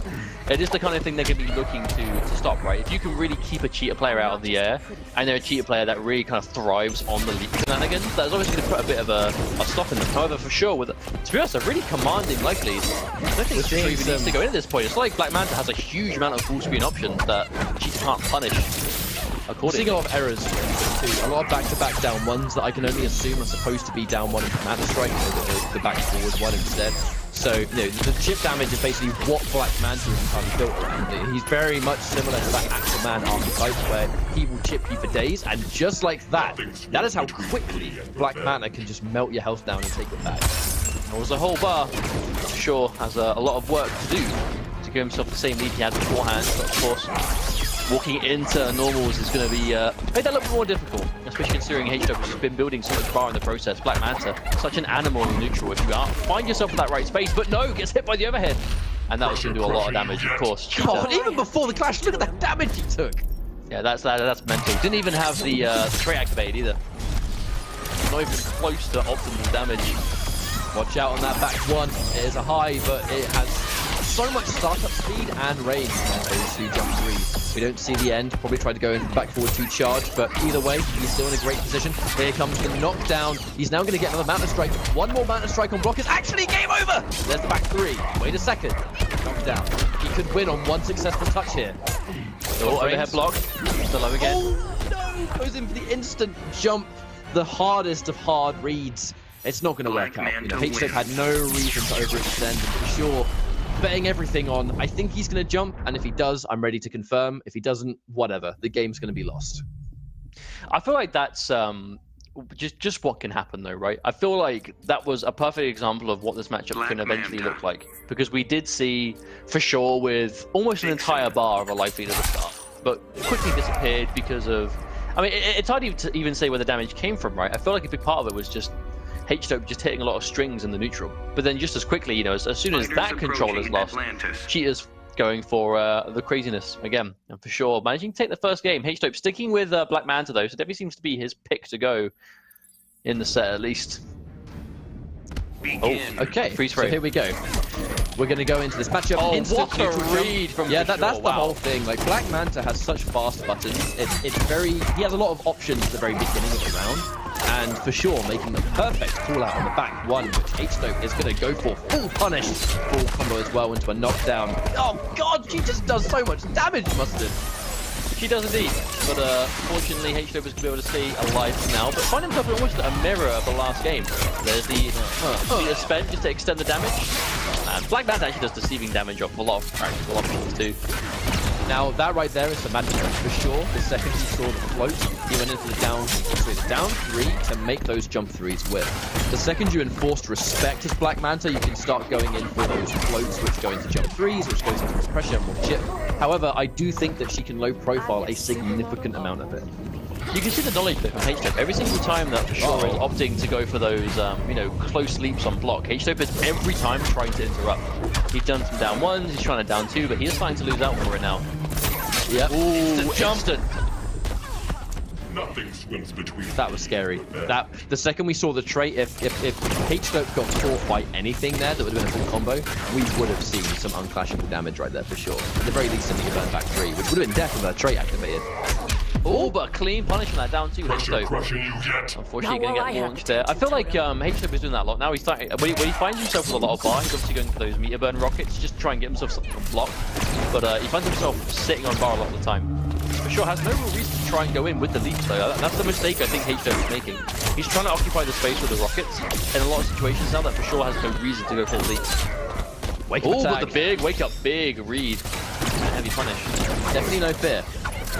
H-Dope being careful. Oh wow! Watch out for that. Yeah, the second he goes in to try and scout out the leap, it doesn't work, and dead. No unclashable needed on the end because those forward threes did so much damage. 1-1. Now that's going to be a complete turnaround, right? The second For Sure is forced on the defensive and it allows H-Dope to go in for the chip. He can go in for the Manta Strike. It's great. But the one time he got a leap, he went completely through the missile and killed him for it. It's such an explosive matchup, and is this going to be where H-Dope changes? Yeah, Aquaman against Cheetah kind of makes a little bit of sense. Okay, get the so bulk I of like that damage. Yeah, carry on. I like this a lot because I feel like the trait is going to do wonders because whenever you find yourself getting launched by Cheetah, at least when you're standing on the ground, you have a long time to realize you're about to be launched. So obviously the trait and the Aqua Armor is going to do a great job of just stopping that. But I think the big thing here is the down two. Aquaman's space and just his options for just, you know, reaction punishing leaps and dealing with the kind of like, I suppose these beyond block shenanigans that For Sure is going towards with close leaps. Aquaman in theory should be able to stop a lot easier than Black Manta was. Question is, will he find himself in a situation to do so, as now he's already lost himself 40% life. Look at that golden Aquaman. Oh, that's one to be afraid of, because the second For Sure went for a leap there and H-Dope tried to down to it, the down to lost clean. And that's, in theory, a big reason as to why he would have picked this character here. Oh, well, there it is. Yeah, we're going to confirm. Oh no! Yeah, it is an unfortunate drop and a half right there. Commits to the back three anyway. I've got to say, I'm not sure about that decision. He had so much time to realize that H-Dope was not going to bite to that. Here comes the pressure. Chip for days. Oh, gets hit with the very last hit, which means he has to hold the next one. Unfortunate time for For Sure to re-block. Yeah, spend the bar. Kill the life bar. No reason not to. That's a very gold Aquaman. I said it looks like an action figure. If Injustice 2 he does like an action figure. Oh my god, and just kick him out. Cheater's gonna say. No, Vixen, more like. Where's my production line, mate? It's confusing me as well. Why am I just a Premier skin, huh? Oh, I missed it again! No! So many drops, mate. Stoke. This is so unfortunate. Okay, plus range. That's the respect. All the low. That's mad. +2. I can actually say I've never seen that string in my life. I feel like cheaters don't go for it, but in the corner, I guess he gets a good mix-up. Yeah, tries to go for it again. Yeah, but confirms on block. Nice awareness. All the disrespect. For sure does have a life feed, but it's going to quickly escape him if he keeps showing this level of disrespect. Oh, and again, that's literally, for sure, just lost a huge life lead for no reason other than he refused to just respect H-Tope plus frames. That's all that came down to. He's now lost his clash because of it. Oh, hang on a minute! Unclashable, back 3, no meter to tech. Oh my god, that hurts so much. Oh, the roll grab! That was the most galactic of galactic reads! Okay, he's gonna get a massive payout here. Oh, the backdash come out! Be careful here! Oh, and he still did it! H-Tope, he went with the instant jump flight on prediction of that exact thing! And he did it! And the leap won. I actually feel really bad for H-Tope in that situation because I feel like the read was there. I think he just may have did it a bit too early. I feel like if you're going to preemptively do a jumping normal to beat the leap, you have to do it at like just the right time. And I feel like H-Tope just did it too early and for sure was able to see it and go for the leap instead. And an instant jump heavy as well from for sure. He knew exactly what option he was trying to beat out there and he did just that. But H-Tope, it was a close game, but he is the kind of player to go through characters. What's he going to go with this time, I wonder? I don't think Aquaman was a bad choice, though. I think changing that's it. here... It was close. It wasn't even like it was a blowout. I feel like Aquaman isn't a bad choice here. It's just a question of whether he believes his Aquaman could do it for 2 more games, right? He seems very not sure on who he wants to play. Now, I gotta say, I'm not a fan of this. I think he's immediately going to a character change. Yeah, go back to Aquaman, man. That is the strat here. Okay, good. Now, the thing about this is, I think he's shown for sure he's not confident in this Aquaman 100%. And I think he's actually given for sure a nice amount of information here. I don't know if... just admitted. In my opinion. I kind of don't know if it's worth looking into it that far though, because I feel like for sure he's going to be Cheater through and through, and the way Cheater is, and the way for sure is playing is like it's a very set style that fits him, and I don't feel like he has to think too much about what H-Tope's kind of hesitating here. Because I feel like the biggest thing here is if H-Tope can get for sure blocking. I was actually paying attention. Almost I actually think it was like 90% of the time that H-Tope had him blocking anything that was plus, for sure would press a button after it. I felt like it was almost exclusively where a lot of H-Tope's damage would come from. Oh, and again, that down 2 still trading. That's not the kind of interaction that H-Tope wants. He wants that to be a clean anti-air. And there's a whiff punish. Those grabs that Cheater can go for. She still has to make a good read on which direction to go for. It's a high grab and a low grab. Massive payout if she's successful, but if not, you get a whiff punish. Oh, another anti-air. Okay, sick. Okay, well, that's a good turnaround for H-Tope. Even with a couple of combo drops, you can imagine if you can just tighten things up and play a little bit cleaner. We see something completely different. And another combo drop. H-Tope cannot afford to keep making these mistakes, especially against someone like For Sure, who has those max damage Cheater combos on deck. The thing is, we know that the scoop into back 3 is quite a tight link.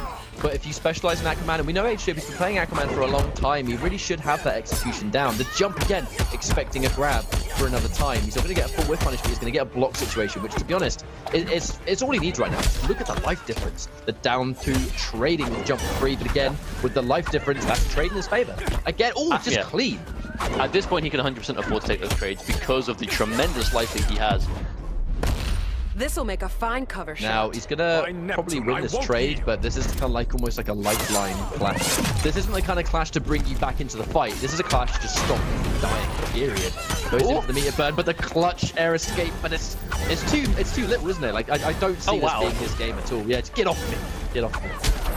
I feel like it's a big ask to avoid that little health against someone like Aquaman, right? That has tracking specials, big range on normals.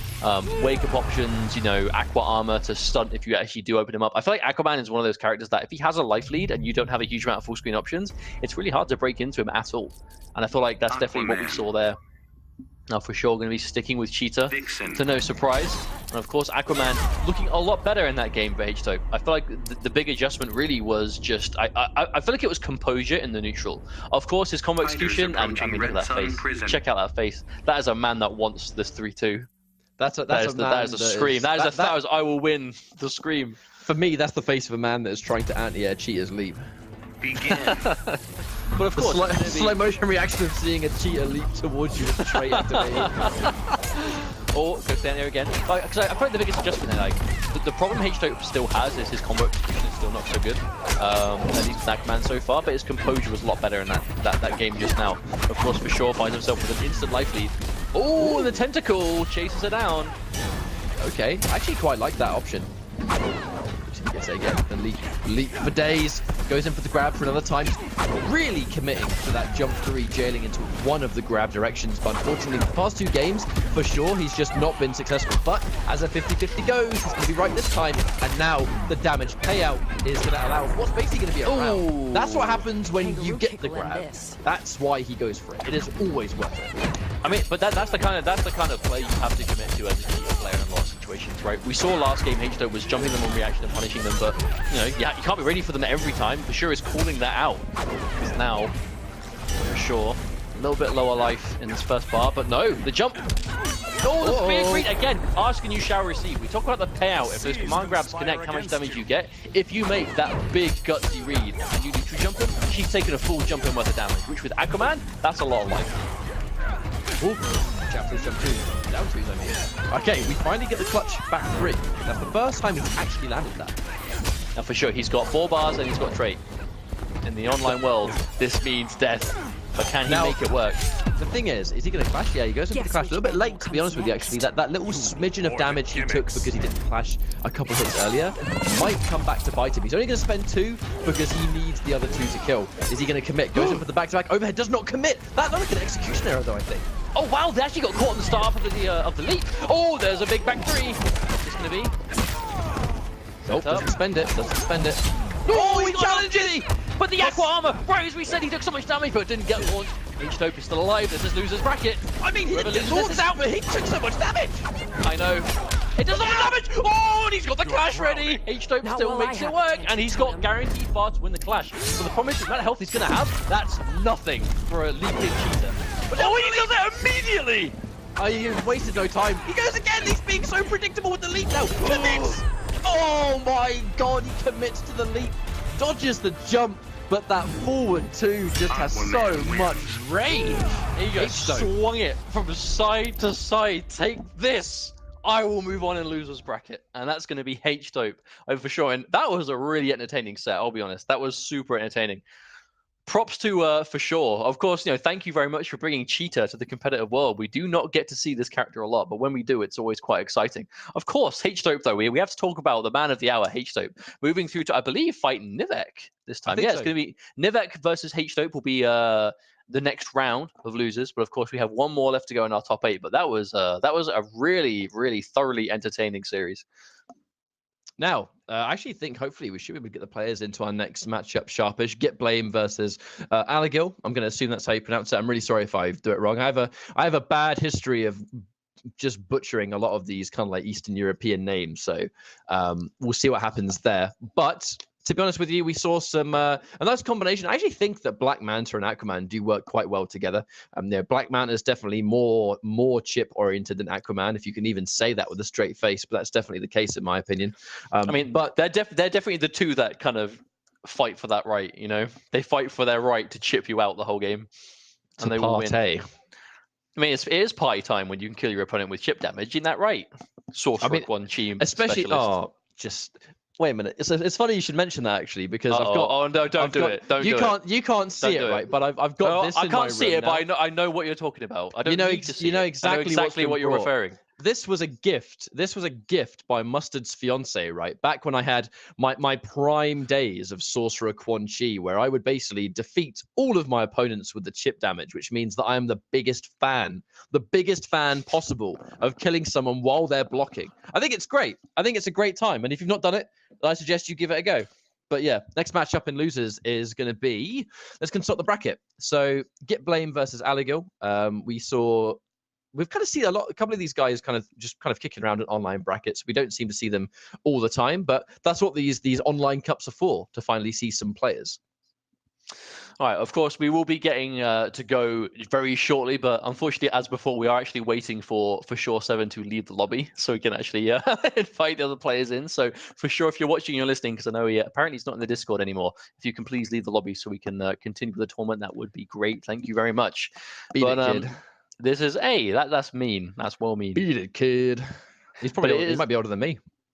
But it is going to be our final match of the first round of top 8 losers bracket coming up with Gitblame versus Alagil. So excited to see how this one pans out, as the winner is going to be facing off against Areiko. So it's going to be against the Flash we saw earlier in the winner's side. So there's still all to play for as we are getting through this bracket. And again, for those of you that may have just joined us as you move through towards the end of this first round of matches, welcome. This is the Injustice 2 Intercontinental Championship, where we are currently doing the online portion of the international scene for Injustice 2 in the Pro Series, where we are currently doing EU East, I believe, and we are looking to find who our top 2 players will be in today's tournament, and our top 2 players will qualify for the Intercontinental Championship finals in Vienna in 2 weeks' time, where there'll be the 8 players who win our 4 online cups. There's going to be EU West, EU East, Middle East, and Australia. Australia has already happened, and of course, this is the second in sequence, where our 8 players will play in Vienna, and the winner of that tournament will make it as a direct invite to Injustice Pro Series finals. So even though the point leaderboard is basically decided thanks to SCR being done and dusted, there is still the last chance qualifier in America, and there is still, of course, the Intercontinental Championship. So we'll see who those final players will be. They're guaranteed to be an international representation, and that's actually what makes me really happy. Is the Intercontinental Championship gives international Injustice a chance to get some guaranteed representation, because there are so many good players internationally that just don't get the chance to compete regularly, because obviously, it's difficult to get to every IPS event. The events that have the points, it's harder for some players than others, and that's just the way of life. That's just the way the cookie crumbles a lot of the time. But this is a guaranteed way to get at least one player that we know is like a top representative of this part of the world into the finals. Okay, so I kind of, to be honest, I agree with you 100%. That's the thing, is that we spent a lot of our time back in the Mortal Kombat X days, and obviously during last year, where the European program was the path to pro. It was just a great opportunity to see, to basically kind of just see guaranteed representation of players that come from our side of the pond. We've been with a lot of these players for a long time. We've seen them grow. We've grown with them as a community, and it's wonderful to see them play in like the final stages of a tournament, right? So that time has come. Obviously, it's been a while since we sort of saw this crop up this year, but now it's here. The players are grabbing it with both hands, and we're seeing some really, really, really high quality gameplay. And that's the important thing, actually, is showing that a lot of our players, they are within that top level. The one thing a lot of our players would kind of lack is the tournament clutch, because we don't really get to see them in a constant state where they're playing in like a major top 8 or a premier top 8. I think the difference between North American players and European players across all their own games is always, I think, competitive tournament experience, where you're offline, you're on a big stage, you're in front of everyone, you got a crowd of people that are probably going to be rooting against you because you're not the hometown hero. But then on the flip side, we got to see players come into their element throughout Vienality, because we finally got to see our players in their home element, where there was an entire crowd that was cheering for the European guys. Even if the results, didn't aid that, we still saw Happy Power do really well. We saw Irish Madness do incredibly well. And it was an energy that we haven't really seen before, which I just really liked it a lot, and can't wait to see it again. Yeah, absolutely. And we'll find that I actually like that out of the cups we have and the regions that are covered with the Intercontinental Championship, we have so much scope for like a deceivingly large amount of players to do that, right? Because I feel like, especially considering, I feel like a big elephant in the room for those of you watching that might be thinking like, where are like the top European players playing? For example, which right now is basically Happy Power and Irish Madness, because they have now officially qualified for the IPS finals through the point leaderboard. They're actually not eligible to enter the Intercontinental Championship anymore, because this is literally just to get into the IPS finals. As far as I'm aware, there's not really any prize money. So it's basically just about qualifying for the finals. And because they've already done that, they aren't going to be in this competition. So that means we have an opportunity to see some really good players that might normally have been gatekept by them, aren't going to be here now. Just look at Australia. Of course, we have Wasmanator and Gilbags already qualified for the finals in Vienna, and Wasmanator is one of those players that in the NRS community has always been a strong player. But because he's from Australia, Australia does not have a huge NetherRealm scene. But the ones that do play are very dedicated. And he's always been a great player, just from a part of the world that we don't get the chance to see too often. And now he's guaranteed for a Vienna representation where, who knows, maybe he'll be able to beat all of the international competition and make his way to IPS finals. And the same could be said for anyone that finds it's top 2 per region. So that top 8 is going to be a fierce international top 8. And I cannot wait to see how these scenes that never get to play each other face off when they are playing for the scale of prize that they're playing for. That's the thing, isn't it? Is that when it comes to the Intercontinental Championship, in these online qualifiers, we're playing for the top 2. The grand finals determine seeding, which will have a big factor in the Intercontinental Championship finals. But fundamentally, in these online cups, the objective is actually going to be the grand finals, not the tournament win. Now, when we fast forward a couple of weeks into Vienna, where it's going to be the 8-man team of the players that have made it all the way this far, only one of them is actually going to make the IPS finals. So that's going to be the absolute most important thing is, right now we're playing for grand finals. And then when we go into the Vienna finals, it's going to be like winner takes all to the highest degree. So we actually have got the 2 players in the lobby. Looking at the pictures, this could even be a Green Lantern mirror match if we can see some of the logos. But no, Atrocitus versus Green Lantern, perhaps. Yeah, it's going to be the matchup. This is a canon matchup if I've ever seen it. We'll see what happens here. That's the Red Lantern logo. Fighters approaching the yeah, Jake. I realized what I said. I realized what I said when I said it. Are you even an Injustice 2 commentator? You can't tell the difference between the red and the green lanterns. How embarrassing! Hey, they had a silver logo, and I it wasn't red, so I didn't know. Red Lantern is red, stupid. That's the Silver Lantern. Oh, that's a very shiny Still Green Arrow. out for justice, Green Lantern, even. Ignore Green Arrow? Green Lantern. Who's Green the Lantern. Injustice Green 2 Lantern. commentator? I said Lantern. I said Look at how Lantern. spiky Dexter is. As a spiky cat. Of course, Alagil Gitleb. Again, we're in loser's bracket now. So the loser of this is unfortunately going to be eliminated. And their IPS journey ends here with it. But this is one of those matchups that we actually, as canon as it is, I can't remember the last time we got to see this kind of regularly. I know Atrocitus really was a character that was kind of popular early on in the game's life. I know obviously, being one of the beta characters, people got a lot of extra time with him towards the start of year 1, and Green Lantern being a legacy character means obviously there's a certain level of familiarity, even though his specials are completely different. I feel like there are a decent amount of players for both these characters, but still definitely more Atrocitus. So Atrocitus is definitely a more popular character than Green Lantern nowadays.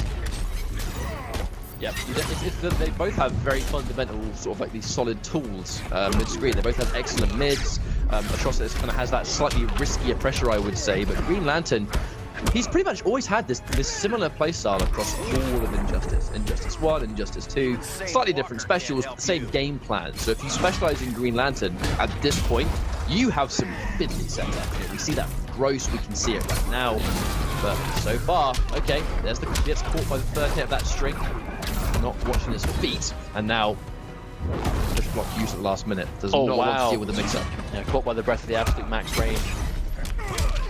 Gitlin trying to occupy that space again. That back one, just a strong footsie tool in the neutral for Green Lantern.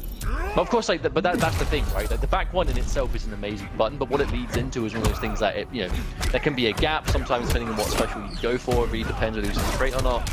But fundamentally, the back one is such a good whiff punisher, and because you can turn it into obviously spend trait for no bar, or you can spend trait and bar and get damage. It's a kind of character that really kind of thrives in the neutral. But of course, if Atrocitus has the cat out, neutral becomes a lot more difficult to play. Also, shout out to the shield being put in the air there when he's already defended.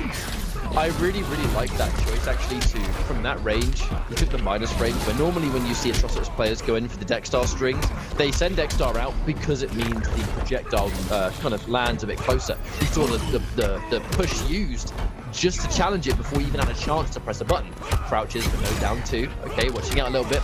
Plus frames. Oh no, challenges! And just eats the jump 1 clean. Full combo.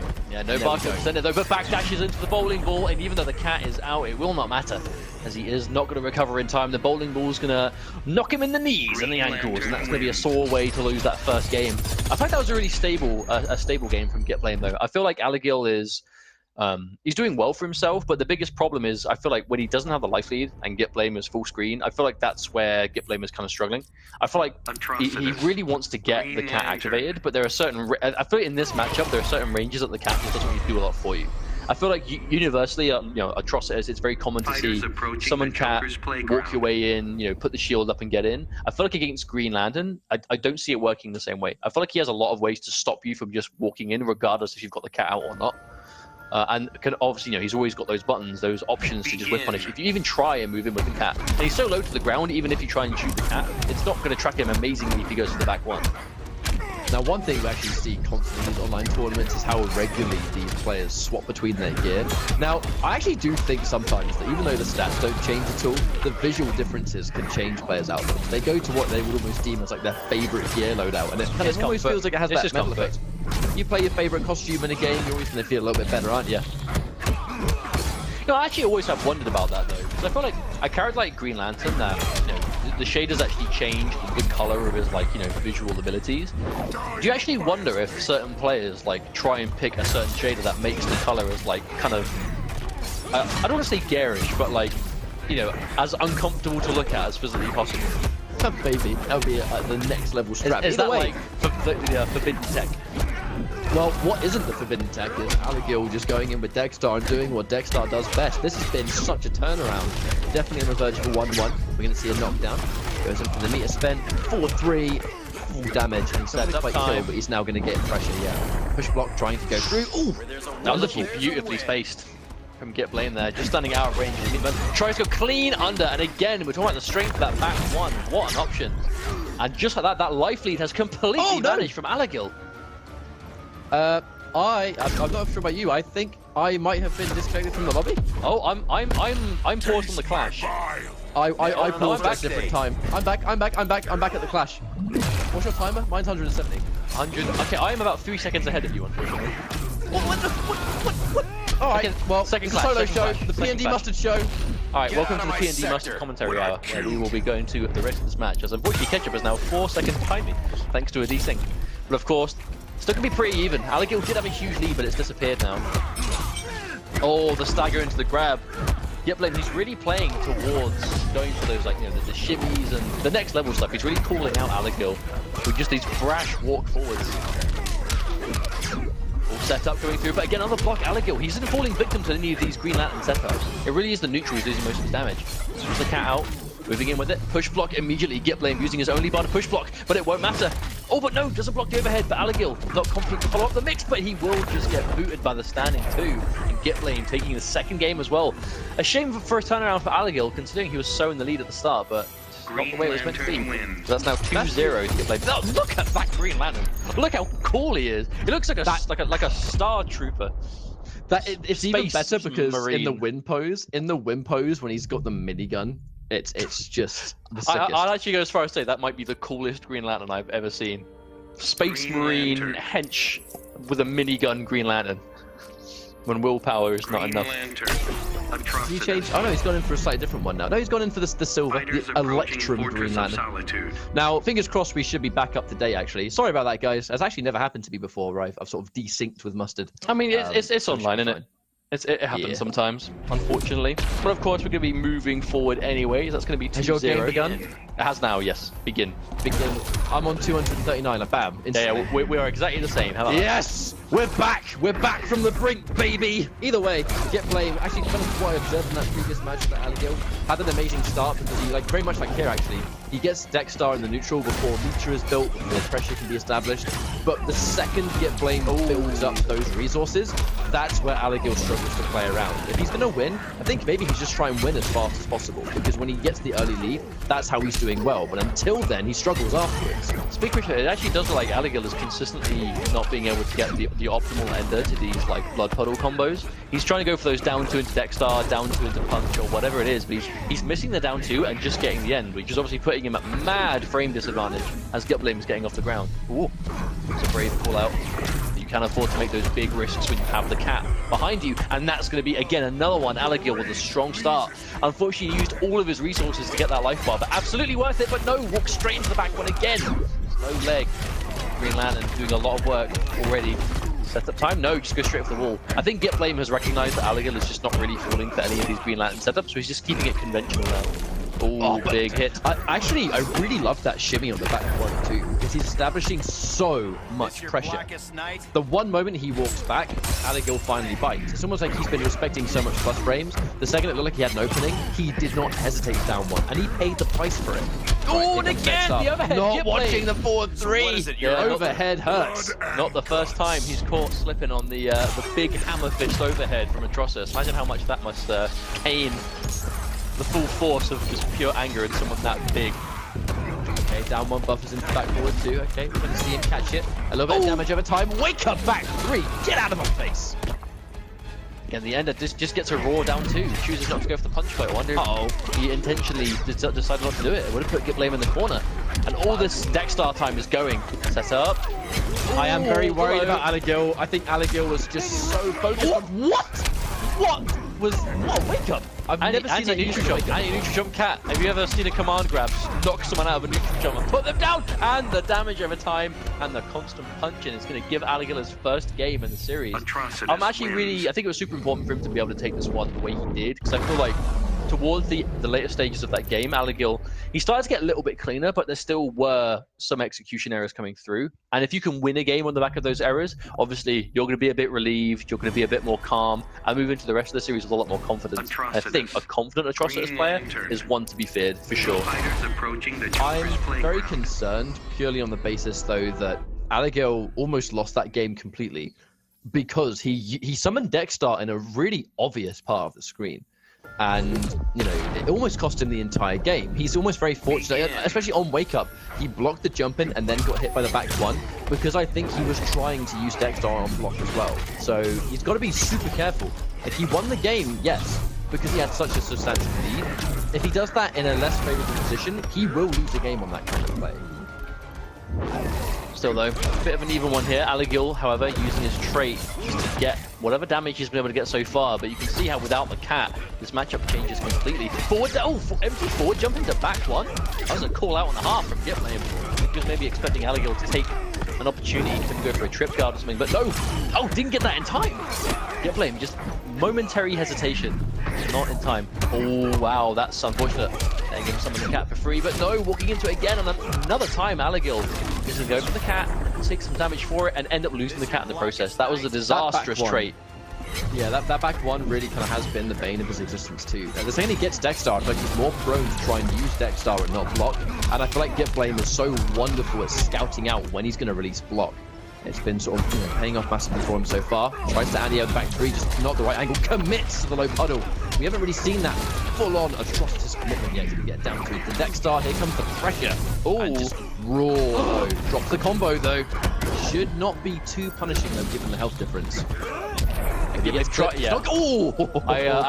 think that was a little bit too ambitious from Gitblame. You know, it's quite common for Green Lantern to block the puddle, forward dash, and get a back one, but I think he was just way too far away for that one to work.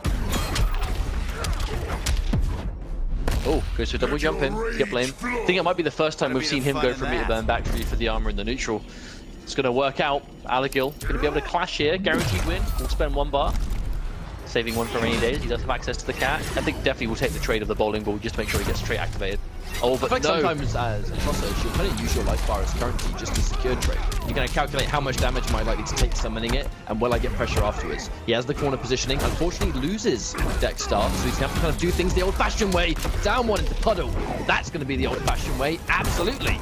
And now the siphon, the health regeneration, the pressure, the down one connects into more plus frames. Gitblame really having a fight for his life with his back to the wall. Watch out, challenges the plus frames. I think we were talking about how Gitblame was getting more confidence as an matchman. I think I actually feel like it's not really working out for him so far. I feel like a big part of this game is Gitblame is just failing to punish these cat activations at punishable ranges, and it really is giving Aligil a huge amount of space to work with that he probably shouldn't have. Opportunity though for some more damage. One more opening, and Aligil was out of there. No flash. Either way, doesn't confirm. Just goes in, and that should be game over. The back one has been such a pain in the backside, and it will continue to be that. Gitblame just looking like the best player of the series so far. That back one has been such an eternal problem for Aligil, and it's almost fitting that that's the button that takes him out of the tournament. Yeah, but that's just what happens, right? Like I feel like that was an interesting matchup of two characters that are kind of known for, I suppose, range on buttons. And I know, obviously Atrocitus has a lot more options for range, but Green Lantern, even though it mainly is primarily the back one in terms of like, just quick, speedy normals with good range, it's still faster than almost anything Atrocitus can stick out. So in those kind of like neutral situations where Atrocitus players want to press something to just occupy that space, Enforcer makes up off the forward too, try and keep someone on their toes. Green Lantern comes in with a much faster button, and I feel like that was the biggest mistake for Alligator, was just not being able to kind of contest with it. Because even if you don't have a button to contest, I feel like Atrocitus has means of staying a little bit further away, where again Green Lantern does have options, but if you can get the cat activated from a distance and get in, I thought a big part of it was activating the cat from a distance and then kind of trying to steamroll his way in and consistently running into beams, which was knocking him full screen, making him having to block lanterns as he gets off the ground, which was using up so much of that trait time that by the time he actually got in with the cat, there was so little of it left. I don't really think Gipling had anything to worry about. Exactly. I mean, sometimes when you've used so much of your Dexstar trait, by the time you've got up, you'll get maybe one Dexstar projectile they have to respect, but that's kind of it. And then you kind of get reset back into a neutral position where if you've only used one bit of Dexstar that you've got left to try and pressure, as Atrocitus, if you commit to a mix-up, it's going to be unsafe without Dexstar's help. So is it even a favorable position? To be honest, I'm not so sure. But that does mean that we're going to be seeing we're going to see Gitblame move on, where he's going to face off against Arakio, and then we're going to see Nivek versus H-Dope. So we're going into our joint 5th position of this bracket. So we're still in the losers. It's still going to be elimination territory, but it means our matchups actually might get a little bit more juicy, because we know it's going to be K-Top versus Do Basic in the winners finals. They're going to play for a spot in grand finals, and now we're kind of leading up towards the losers final side as well. So Nivek versus H-Dope, very excited to see this match, because I know that of the 3 NetherRealm players, you're pretty much looking at them at this point. The 3 players that consistently compete and place quite well. They almost regularly kind of get seen in some of these European top 8s in some order. You might not always see H-Top there. You might not always see K-Top there. You almost always do see Nivek there, of course. But, they're quite returning customers at this point in time. So Nivek versus H-Top, hard to call. I know Nivek has kind of betted H-Dope quite regularly in the past, so my money's going to be on Nivek, but I don't think it's going to be a 3-0. I don't know if you have similar predictions at all, Mustard. I think it depends on who they play, because I feel like we obviously know that Nivek has access to Starfire and Supergirl. I've already seen Starfire today, but Starfire is a character that K-Top plays a lot of. I feel like Nivek's Supergirl is definitely better than his Starfire. I feel like he played Starfire. I'm actually not sure why he went to Starfire in the first place. I know Starfire is she is considered a very strong character by the community. She is hard to deal with for a lot of impatient players, or generally speaking, she kind of forces a certain degree of patience into you. And then some players do definitely struggle with that. But I feel like the time he's put into Supergirl and the kind of Supergirl player he is really complements almost, I suppose, more styles of opponent. I feel like his Starfire works really well against a certain kind of player, but I feel like his Supergirl is a bit more diverse in a sense of how we've seen him play Supergirl. It's so many different kinds of players from so many different scenes and still be successful. So I almost would just like to see him stick with Supergirl from the start. I don't know whether he's going to go in for Starfire unless he feels like the matchup absolutely calls for it. Because the thing about Starfire is that there are some characters that she does such a wonderful job of basically just dismantling without needing to put in much effort. There are some matchups that she utterly destroys. So if Nivek finds himself in those matchups, then maybe that's when he goes for Starfire. But as we go later in the tournament, obviously Supergirl is his better character. I'd kind of expect to see him go with Supergirl for that reason, kind of like what you just talked about here instead. So let's have a look and see what we're doing here. Yep, we're just having to quickly remake the lobby, guys. So bear with us for a split second, getting the lobby back up and running. And we should be in a few moments, actually. So here we go. But yeah, prediction-wise, though, what's the number you're looking at? I think 3-1 Nivek. That's what I think. I was actually about to say the same thing. I feel like H-Dope, obviously, we've seen that he knows what he's doing, but I feel like Nivek is just playing a bit better today. And I know that Nivek has been playing, obviously, Nivek made it through to the winners side and lost very narrowly in winners to the basic. I feel like Nivek is just playing a bit cleaner today, and we've seen that H-Dope, even though he did win his match and it was a very entertaining set, we saw a lot of drops from him, like a considerable amount of drops. And I feel like if H-Dope is able to clean it up, I think it might be 3-2 to Nivek. But I think if he's still making the same mistakes, it might be 3-1 or perhaps even a 3-0. I think it all depends on how H-Dope is able to kind of compose himself after what happened in the first set he played. And we look at the potential matchups too. Black Manta or Aquaman versus Supergirl. I wouldn't say Supergirl does badly in either of them. I know that obviously you can Aqua Armor a lot of Supergirl's stuff, but you can still take significant damage when the Aqua Armor is active. That's one of the things we just saw earlier when we saw For Sure use Cheetah or Vixen, I guess. It's the more accurate term. Blocking a meter burn forward 3 when she's in trait prevents you from being launched, but did you see the damage Aquaman took there? And if Aquaman goes in for his Water of Life, or the Aqua Armor in general, if Supergirl does the meter burn laser, for example, I'm pretty sure the damage on that is insane, if I remember right. Yeah, but that's just a part of the matchup, right? It's something you have to be paying attention for. I feel like I think that was arguably one of the biggest changes that Aquaman received in this game was just how much damage he takes when he has the Aqua Armor activated. Because it really is like, it was so strong in Injustice 1. Aquaman was just fundamentally such a powerful character. But the Aqua Armor was just an ultimate just denial of what it could do to you. But in Injustice 2, obviously, it's not just quite a free get out of jail free card as it was beforehand. Obviously that big adjustment against certain characters makes it not quite as, I suppose, as attractive as an option. Okay, so I think the players are in our lobby, so we should be good to go soon. Hopefully, as Nivek has just joined us and H-Dope has been here waiting for a few minutes, so we should be good to go pretty much as soon as possible. We have to remember, though, we are still in losers bracket territory, so it's still going to be one more chance for everyone here so far, which it's quite stressful, I can imagine, of course. Intercontinental Championship is top 2 of this tournament will make it to the Vienna top 8 in 2 weeks' time. So when you're this close, but potentially so far, H-Dope going in with Catwoman. Okay, that's a choice I wasn't ready for. Yeah, definitely. Of all the characters I think we kind of expected to see from him, I think Catwoman was almost last on the list. In typical fashion, I've never seen him play this character. Now, I'm not going to pass judgment because, sometimes we have been incorrect here, right? That's just, just because we haven't seen someone play a character doesn't mean they don't use them. But that's one thing I was kind of eyeing up, actually. All level 1 gear. So I do want, he mustn't be grinding it on this account. I wonder if he plays Catwoman on a Smurf or something. I'm not sure. Or at the very least, maybe it's just not, not something he's used too much. But of course, there's that clean down too. Ooh. Nice anti-air right there. Now there's the knockdown. Nivek, the first play was a jump in, and it was swiftly anti-air. So that's going to send somewhat of a message. He's ready for that. Commits to the cat dash, though. I wonder if that was a buffer that just did not work. I'm not sure, but Nivek didn't punish it. Nivek just did not seem ready at all. Mixed up. Ooh. You see H-Dope, he tried to stand up there. He was looking for the fuzzy. Backdash, okay, instantly challenged. A little bit of a scrambly first round, I have to say. Some punishes that have been missed, some shimmies that didn't quite work out. Full confirm into cat dash though. Right, we're now going to get that corner pressure. H-Dope has already built up 5 cat scratches and has bar. Spends the trait to kill. Not messing around. No, not at all. And that's going to be a comfortable life lead now for H-Dope and plenty of time left to put that trait back up. Instant interactable from Nivek. Unblockable, realizing the range. But not a lot of damage for H-Dope to take. Not going to be too upset with that. I'm actually wondering what this matchup's going to be like for Nivek, because if Catwoman does quite well versus Supergirl, if he has Starfire as another option, Catwoman does really well versus Starfire too. So I think this might be a very, very good character to use as like an anti-Nivek character, to be honest. It does seem that way. The question is whether it'll actually pan out. Because, we know Nivek, he has an option to change if he wants to. But the question is, again, is whether it actually does anything for him. But then again, Catwoman is such a common character. I feel like you kind of have to be ready for it.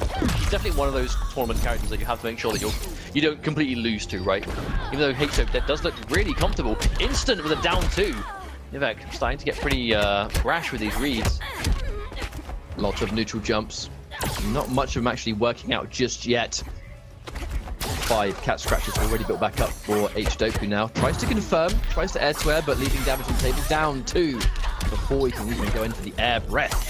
Lots of combo drops. Yeah, the thing is he's dropping a lot of combos, but he's got such a lead, I honestly don't think it really matters. And that's going to be a very clean game 1 for H-Dope as he moves on 1-0. And I think that really is a question of how how competent you can be as a player when you play so many different characters all the time. You have to be good at switching between them. And I think that's a really scary ability to be on the receiving end of, right? Because it's really hard to play. You know, a lot of players out there will struggle to play even one character at like a competitive level, let alone, you know, a number of characters. But it's not just being able to play them; it's being able to swap between them effortlessly in the middle of a tournament series, to go from one character to another and just completely be able to change immediately. But if you're like, if you are K-Top, if you are H-Dope, you're so used to doing it, it doesn't really throw you off too much. You know, it's very hard to do, I have to say. Like, if you're someone that is used to specializing in certain characters, and then, you know, bam, at the drop of the hat, you got to change from one drastic matchup to another. It takes a certain kind of skilled player to be able to do that. That said, Nivek, he's got into the exact same matchup. We have been given basically the exact same stage as well, so Fate's going to be giving us a run back of runbacks. So now having to respect the immediate challenge, though. I do wonder what Nivek's going to do to try and adapt. Oh, wow, what a whip read. punish. That was one of those kind of like half read, half reactions, I think. It was just he had an inkling that was at the range for the dash to come through. And exactly is what he got. But Nivek, corner repositioning. Not a lot of damage, but definitely just wanted the repositioning more than anything else. Oh, anti-air too. Oh, yeah, H-Dope Doesn't want to commit. But this really is that kind of matchup, though. You cannot finish your strings. You just have to fish for the single hits. Special hit, but the backdash is actually chased down clean. That's a huge amount of damage Nivek is going to lose for just backdashing. And again, wants to not take the setup at the end. Spends 2 bars. Oh, almost fell for the same thing again, though. Oh, the down two to tech. The down 2 completely low profiling the Frostbreath. I'm going to be honest, these guys have played quite regularly, I believe. I think this must be a Nivek matchup, you know, for H-Dope. You know, I've never seen him use Cattleman before, but I can only assume they've played in the past, and H-Dope just deems that against Nivek, this is the right character, because Cattleman does well versus all of Nivek's characters, and clearly it's a matchup that he's comfortable in too, so this was such a wise choice. Full combo, and that was a lifeline clash. That wasn't to survive, that was just to not die instantly. Well, it's working out for him so far. This is looking really clean for H-Dope. Oh. Again, Nivek not able to get the confirm. So this is looking difficult for Nivek. I feel like the big part here is H-Dope is just not getting opened up by anything substantial. It's just wayward hits here and there. Nivek has to be so careful because his anti-airs have been on point. Everything about H-Dope is just playing this so perfectly. Yep, not really going in for the meter burn either. Very nervous to go to that option now. He knows the down 2 has been low profiling and punishing. But ooh, speaking of which, another down 2, but a combo drop comes through from H-Dope again. Doesn't matter because even though he's dropping combos now, the life difference is so insane. I mean, what's he going to do? Punish him with a round? He's already got more than, well over a life bar on Nivek at this point. 5 cat scratches, that down 1, you know that was a down 1 trait. No reason for it not to be, especially when you have this much life to work with. And even then, Nivek, I mean, just look at this. He's getting a lot of individual hits, but it just isn't adding up to anything. He might be dead. Plus frames, tries to chase it down, and I think Hail Mary situation right now, he has to try and do something, but just, he's chippable at this stage. He really is close to death. How is he going to survive? Only a real down 2. Patience. But that's the patience that won. There was no reason for H-Dope to stick anything out. I feel like this is ultimately going to come down to a matchup of a life lead. I feel like as long as H-Dope has a life lead with Catwoman, he can afford to be as slow and as patient as he physically can manage. Because we've already seen that he's not having a hard time dealing with Nivek. I mean, every instant air dash has been anti-aired, every jumping has been anti-aired. He's not getting mixed up by anything because he's just not giving Nivek the opportunity to be at the range that he can actually establish any mix-ups. And when he's got a life lead, he just doesn't have to worry about doing anything else. When Nivek going straight back to Supergirl again. Okay, that double random coming through. Nivek taking a little bit of time to think about it though. That's the thing. You have to really sort of calculate this situation when you're this close to elimination. You have to factor in what's going to happen. So the randoms come through. It's going to be Gorilla City. I really, really like this stage. It complements Supergirl really well because she gets that background bounce, which gives her some damage. The environment that she can activate is useful too. But against Catwoman, she shuts down so much of it in the neutral because of just the range of her buttons. I say that really is what it comes down to, the background bounce. I've already seen how difficult it is for Supergirl to get any big damage without bar. As soon as you add in the background bounce, she's just like doubling her meatless damage output at least. There it is. And Nivek has the life lead. The question is, does he keep this going? Well, there we go. Down 1 connects. Obviously, this is the first time that Nivek's actually had a substantial life lead in this entire series so far, so I have to see how H-Dope plays accordingly. Yeah, we are starting to see a little bit more signs of life. Just the first time he wakes up and it works. That's the thing about being a Catwoman player, is that wake up is incredibly unsafe. But all things considered, if you use it sparingly, the one time you go for it, it's probably not going to be scouted out, to be honest. And oh my god, he bets the farm! And he gives H-Dope this entire sequence. Knockdown, no trait needed. And now, oh wow, guaranteed chip. Wow, wake up. No fear. He has no choice this week, right? He has to go for something. Oh, wait a minute. Okay. Back three. It's that background bounce. Takes the round. And that was a wonderful sequence. He needed that so badly. He did, but Nivek is just living on borrowed time right now. As you know, H-Dope is looking for his time. Take the chip, and that's exactly what he's going to find. Second, he blocks the eye laser. That's just going to be a cat dash from as far away as he can. Now, still, Nivek does have a lead, but not a huge amount. He's managing his trait well, at least. H-Dope, he has those cat scratches ready to go. Ooh, with punish. I think H-Dope must have seen Nivek in the air and just been so confident it's going to work. Down two, all right. Full combo as well. It's going to scale heavily because it was down two, but okay, yeah, there's the bait. Can't answer back. That's unfortunate. Nivek still has two match bars to work point with, for H-Dope. You can see the air dash. He's trying to bait out the ants. Yeah, he doesn't want to fall for it. And at this point, Nivek can afford to take those individual hits to chip him down because he does have a lead. But there it is, the trickiness. What? The cross up from H-Dope. That was so funky. I know you could block that by holding down, but there's so many things that you could do instead. Okay. Opts not to spend the bar, wants to keep the meters. We're actually kind of hitting that unclashable territory now, where if we see a stun, it's going to be meter burn back 3. It's going to be completely unclashable. Jump 2 is going to lose to jump 1. And now, there it is, unclashable damage. Nivek has to play this so carefully, but no! Commits for the grab right as H-Dope goes for the jump. And even against For Sure, we saw H-Dope make these wonderful reads on grabs. He's been on the money every single time. He's clearly not afraid to just make those big reads there. Especially with those just the reads on the grabs. Just to get the neutral jump! There's the grab, Nivek. One hit away. Oh, and the Hail Mary wake up cat dash. H-Dope getting a little bit too comfortable, I think. Nivek manages to take a game back. That's one game down. Does he have 2 more in him, I wonder?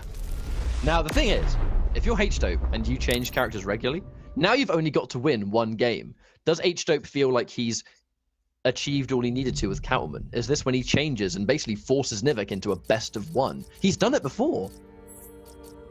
Catwoman. But that just comes down to his experience, though, right? You know, we've seen before that Nivek is the kind of player that he's been around for a while. You know, he is Greece's #1 fighting game player, and you don't get that kind of like accolade because it's not like we're just giving it to him. He's earned it through a lot of success over a number of years. That doesn't happen unless you're used to playing on the back foot. Hey man, Nivek was the Vianality champion for Tekken 7. He was able to defeat Ice Beam. He defeated Tekken Master in Grand Finals, and Tekken Master himself has been doing really well in Tekken World Tour. Like Nivek is no joke when it comes to fighting games. Of course, the other realm is where he managed to make a name for himself. And even though I'm sure he hasn't been playing Injustice 2 a huge amount, he said it himself beforehand. He's still showing that he's not just going to forget how to play it. Still making those reads, right? The fundamentals of this guy. And when you play mobile fighting games, you develop those fundamentals. There's the conversion. Doesn't meter burn? Oh yeah, actually no bar to meter burn cat dash. Of course, I was looking at the wrong side. Okay, there's the overhead. Ooh. I think he was a bit hesitant there. Doesn't want to whiff punish that in case he walks right into it. He's taken so much chip already. And that's not going to be just chip, that's going to be masses of meter build for Catwoman as well. He's playing around it though, Nivek. He's being patient. He's building bar every little tiny moment he gets the chance to. So much stuff just being thrown around this poor bar. Oh, late anti. I actually don't think that was a trip guard. I think Nivek just tried to press a button on landing. No full combo again. H-Dope. We did actually mention how his execution has been his worst enemy today, and it hasn't mattered in the first 2 games because he has such a life lead anyway, but now he's dropping them when they're even. He cannot afford to leave the damage on the table. That active jump 1, I think that is a jump 1 or a jump 2, either way, it is working out for Nivek. He's pressing it at the right time. There's the whip trip. So they wake up though to get around it this time. Doesn't want anything to deal with it. It's hard to say who really has the upper hand here. Oh, the anti-air loses clean. Too early. He used it too early. And Nivek, he's been playing around that jump 2 carefully. Punishes the down 2. Not a full combo though. That's unfortunate. I wonder if he just mistimed his punish. Uh-oh. Confirm. What is this? Is Crust Central. This is the crustiest of games. But Nivek H-Stoke did get is hit gonna the immediately, round. to be fair. That was an interesting decision, but Nivek actually ended up losing the life bar on it, whatever it was. Get off me. Having to hold, that's the problem. Watch out. Back to back down one, just walk up, grab the tech. Very good tech, actually. Oh, the down two, Nivek. Not afraid to throw it out himself, but still didn't do enough damage to kill. Oh, the cat dash actually whiffs rather than being blocked. You very rarely see that from that range. Watch out. Oh, that Swift just popped right to the face. That's going to do it. Nivek now, this is one of those make or break rounds. Nivek wins this, he's tied things up. If Nivek wins, that's it. Nivek is out. Okay, plus frames, push block on the very end, okay. 1 bar to get rid of the cat scratches. I'd take that trade. Right, disrespect. Caught by the back 1, okay. Oh, now, oh, under the whip trip. Yeah, going clean over it. And again, but that neutral jump from H-Dope, trying to beat it, but a little bit too late again. I feel like H-Dope, his decisions are correct. He's just doing them ever so slightly not at the right time. And he's just off the mark. And Nivek, he has a life lead, but it's meager. Oh, just like that, I think it's disappeared. Tries to whip punish the back-to-back whip trip. And even from that range, oh no, input error. That was definitely... Oh, he caught it down too! Uh-oh. Well, he wants to keep on clash. Yeah, I think Nivek's realized he's having a really hard time getting any substantial damage, so he's just going to deny it. Just go for unclashable and just try and win the war of attrition. Playing the jump! Forcing H-Dope to play... He's forcing H-Dope to play neutral alone, and the neutral is where H-Dope has currently been losing, but now he's got a clean opening, massive damage, and now we're going to be in that clash situation. Watch out. Oh, there's down 2, yeah, of course. Punish. I mean, that's the gift that keeps on giving. Punish it with a down 2. If he meter burns the Frost Breath, then you go under it anyway. Now, yeah, of course, 3 tying up. So now Danger. H-Dope has to be careful. He has nothing to clash of his own, but nothing to go through with the damage either. No! Not quite enough. The air attempt from Nivek. 20 seconds on the clock. Almost a timeout here. Oh! What is going on? Oh no! Oh, and the chip damage from the late cat dash in a complete show of just discipline and patience. H-Dope narrowly manages to beat Nivek, but managing to do so off of the back of an amazing adjustment. I feel like that was the biggest thing from a H-Dope there, was just the ability to really slow it down. Because typically we saw from Nivek before, he was able to, kind of really put H-Dope on ice. He was able to really slow him down, and that's what he was struggling with. But that final game, H-Dope, he was able to really just adjust to the speed that Nivek was forcing them to play at. And even down to just the final moment, just seeing the delay wake up and taking some guaranteed chip accordingly. Really well played from H-Dope as he moves on in this loser's bracket. It's one of those typical cases of an amazing adjustment that seemed to be made a little bit too late. The second Nivek was able to kind of calculate, right, we need to massively slow things down. We need to stop overextending, play one button at a time, and try and win on the neutral and not be afraid to play the slow game. We almost saw a timeout in that final game. The problem is, because he kind of just hastily gave up the first 2, he had too much of a mountain task, because, not to take away from H-Dope, he had earned those 2 wins that he got at the beginning of the set. But that was 2 wins that went just like that. So with those things in mind, it goes to show how costly 1 or 2 games can be, in the long run. This was elimination territory, and you had to really give up as little as possible. Nivek, we know he hasn't been playing as much recently, but he's still at this tournament, and he is still expected to give 110%. And right now, H-Dope just played better on the day, and he's going to be moving on in the lower bracket, where he'll be in sort of top 4 territory now. Up next, it's going to be Irakio versus Get Blame. So Green Lantern versus Flash is what we're expecting. This is a matchup you don't really actually see in this part of the world. That's a very sort of popular North American match, especially last year during season 1. But that said, I'm excited, and it's hard to call, actually. I would probably favor Irakio over this. I think he's had a really, really tidy Flash, making a few mistakes. And to be honest, I don't think Green Lantern can punish you for those mistakes as much as Starfire can. I think it really depends on, again, how Irakio plays it, though, because I feel like the biggest thing that held him back in winner's side against K-Top, even though, we have to remember, it was 3-2 against K-Top. So obviously he had a really strong showing winners, even though he did end up losing to K-Top. It was 3-2. He was able to get it really close. And a lot of it was like gutsy reads, like point and blank, just anti-airs, with waves to try and catch him out. And I feel like against Get Blame did most of his damage just on the ground. He was doing a lot of it, just getting that first hit in the neutral and then just turning that into damage, right? Sending full screen, playing around. I feel like Get Blame spent most of his time against Alagil playing around Atrocitus, whereas Irakio was trying mainly do what Flash does, right? In a sense of enforce what the speed Flash wants to play at and what Flash wants to do. So this is going to be one of those clash of styles games, in theory anyway. Right, so I believe we're actually just kind of waiting for GetBlame to join the lobby. We have Ereko already in here. In terms of players, now while we actually wait, I want to kind of look at our bracket right now. And just actually a quick FYI, our prediction was minimum probably 3-1 to Nivek. It actually was 3-1 to H-Dope, so a complete mirror of what we were expecting. Oh, yeah. Of the players that we have here, who are we expecting to be top 2? I think it could very much be K-Top Do Basic as our top 2 players. I mean, it's hard to disagree with that currently based on what we've seen. Purely because I feel like out of all the players we've seen today, they really do seem to be the cleanest 2 players we've seen today.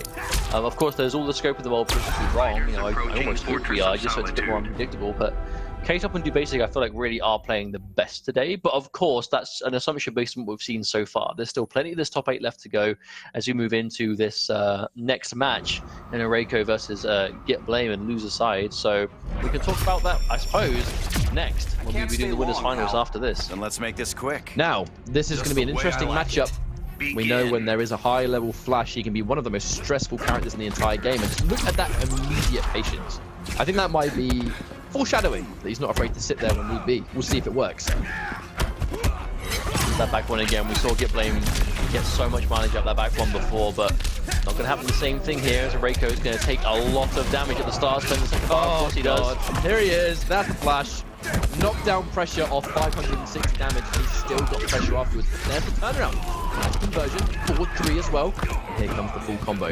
Now he's going to get pressure. Tries to go for the plus range, but they wait to kind of deal with it. Okay, that's such a popular option. Going in for that back 1 on the end of whiffing a button. Just baiting them to press a button against you. Corner escape into meet, but back 3. Reactionary whiff punish. GetBlame. Wonderful start for that first life bar. And he's got the interactable. Oh, he does, but there's the meter burn roll. And the trade. That was so sick. That was really sick. That was like a hard read from Ereko. Trait and meter burn roll. Watching out. You have to watch out whipping that back 1 against Flash because he will whiff punish you for days. Lots of patience. Green Lantern, he's going to have a stronger neutral, obviously. He has the plethora of projectiles and full screen capabilities. But at the end of the day, this is the Flash. His whole game is to be as patient as possible, learn how to get in versus each character, and then, you know, mix. Everyone has to hold that mix. It's still a 50-50 whether you like it or not. Exactly. It's just a question of finding the time to do so. And I think it's definitely easier versus some characters than others. It depends how much they can kind of just occupy the space you need to get into, right? There's going to be a full combo from Ereko. Now, this is a huge deal breaker here. There's no clash on the side of GetBlame. Well, lucky there's no trade, but catches the air tech. Wow, but don't misses the combo. Oh, I don't think it might be enough. He's gonna get, yeah, mix up anyway. Back 3. Oh, maybe not. Hurts. Oh no, goes for setup instead. Oh god, I feel so bad.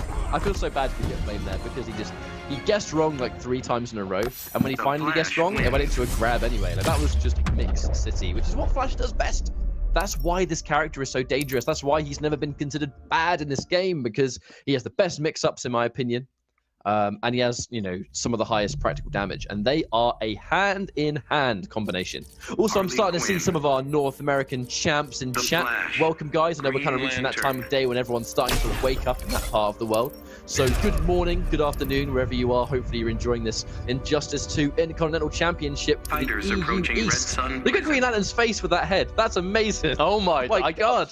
Scary. I turned away for like 3 seconds while it loaded, just to, you know, check on the bracket and have a look at chat. And then I turned back and he's just got this gaping wide mouth. That helmet with that mouth genuinely scared me and made me feel uncomfortable.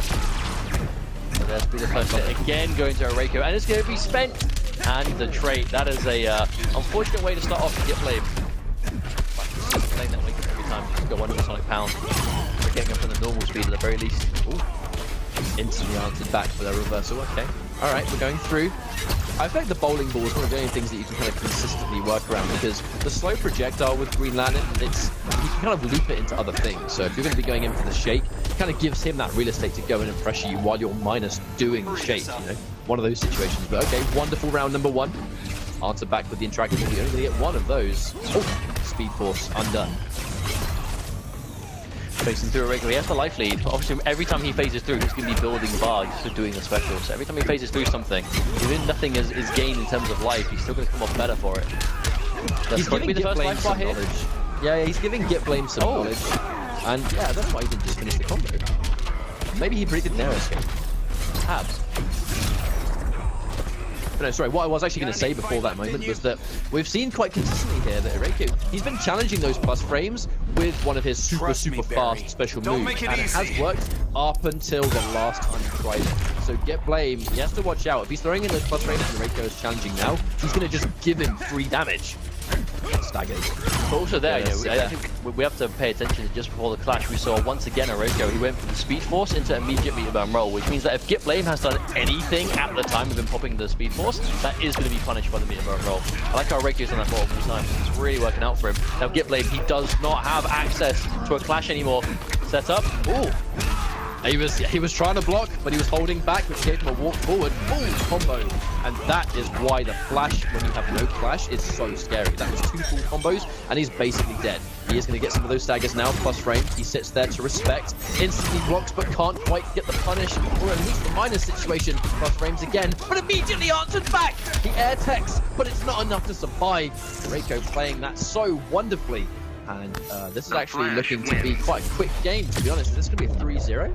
Maybe. That was a really smooth chase down on the air tech as well at the end there. I feel like that forward dash, it would have caught if he didn't air tech. And if he did, obviously it did, because we just saw it happen. But that was a really clean end from Areiko there. I feel like this is a lot tidier than what we saw from him in Winner's Side. And even then, in Winner's Side, it was 3-2. So he wasn't playing the cleanest. We can clearly see he's capable of playing. Look at his face. Still 3-2. I'm gonna look. Oh, it's the wrong way around. Damn it, it's the wrong way around. I was really excited for a second. That's one of my favorite, because everyone kind of has a favorite character when they get hit in this character select, right? I'm sure everyone does. Their favorite face, my favorite new face, is that helmet and that Green Lantern getting punched. My favorite thing to look at. Incredible. But this could potentially be the last game you guys will lose the bracket. See Brainiac chip, one of those stages that I kind of feel like everyone low-key kind of doesn't mind getting, but it depends on how it's actually going for you. If you're winning, the stage is great, and if you're not, it's like, man, I hate the stage. And then if you win it, it's like, man, that's my favorite stage. Oh, he's down one challenge. He wasted the bar on the Sonic Pound too. That was actually really good for Git Blame, even though he just took some damage. Yeah, it's definitely not damage, it's resource losing, isn't it?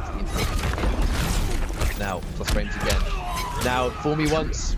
It's not going to happen again in the second game. He's punished this time. Answering back, Git Blame. Really kind of wise. He's wise to the disrespect, that's the thing. I'm not sure Git Blame was actually expecting to land behind. I love he committed to a string that didn't exist when you're going the other way around. Speed Force confirmed, full combo. Brainiac as well. We might see the reset. Oh, actually one of that's what he went for. Oh, the catches the jump again. And the immediate wake up from Areiko. Even though Git Blame won the round, Areiko was able to even things out a little bit. Of course, this is exactly what Git Blame needs. Empty jump. That was actually... That was very much a crucial block too. We're kind of sitting right in front of Brainiac. If we had that 50-50 after Drake had just run out, we were going to still see an easy full combo from Areiko. We had that immediate conversion with Brainiac behind the challenging again. That's such a consistent answer. Plus frames goes through Sonic Pound. No bar necessary to take the second round, and it's going to be basically match point for Areiko. Oh, and again, turnaround so far. Again, it's forcing out the clash, man. That's the thing. Those early clashes are never good. Like, you have to do them, but it's not beneficial. Well, at the very least, in this situation, I was able to get Areiko out of the Speed Force. Now that's going to be coming back again, but I feel like now the clash is gone from Git Blame. That's a whole life bar that the Flash can just delete instantly if he gets the opportunity. Now he doesn't have clash here, the air tech comes through, so that was actually a really good air tech from Git Blame, but no, back to back, and he does not have the bar, but a drop from Areiko. This could be what Git Blame needs. They're the worst drops that happen, but fortunately, even if you drop a combo and they don't press the button, it's the Flash. He's still going to mix, and he's dead. Oh my lord. 4-3. Say goodnight. That's going to be the series. Welcome.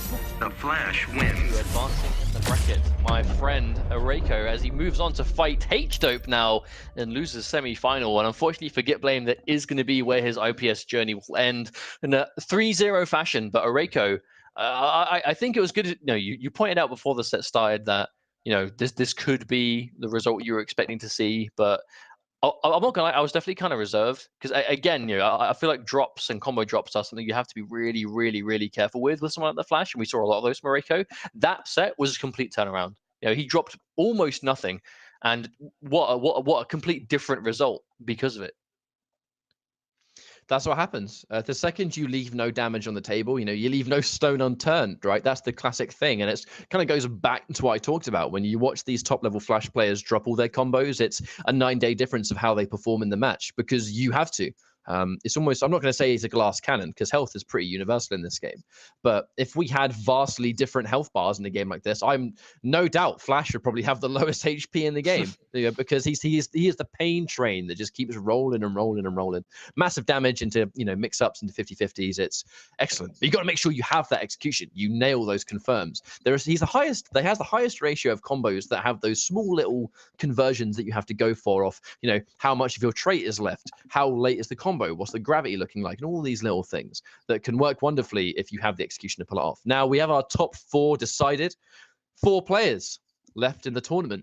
Only 2 we'll see in Vienna for our Intercontinental Championship finals. So we're starting to reach the end times of what is important about this stream. So we have 4 players left.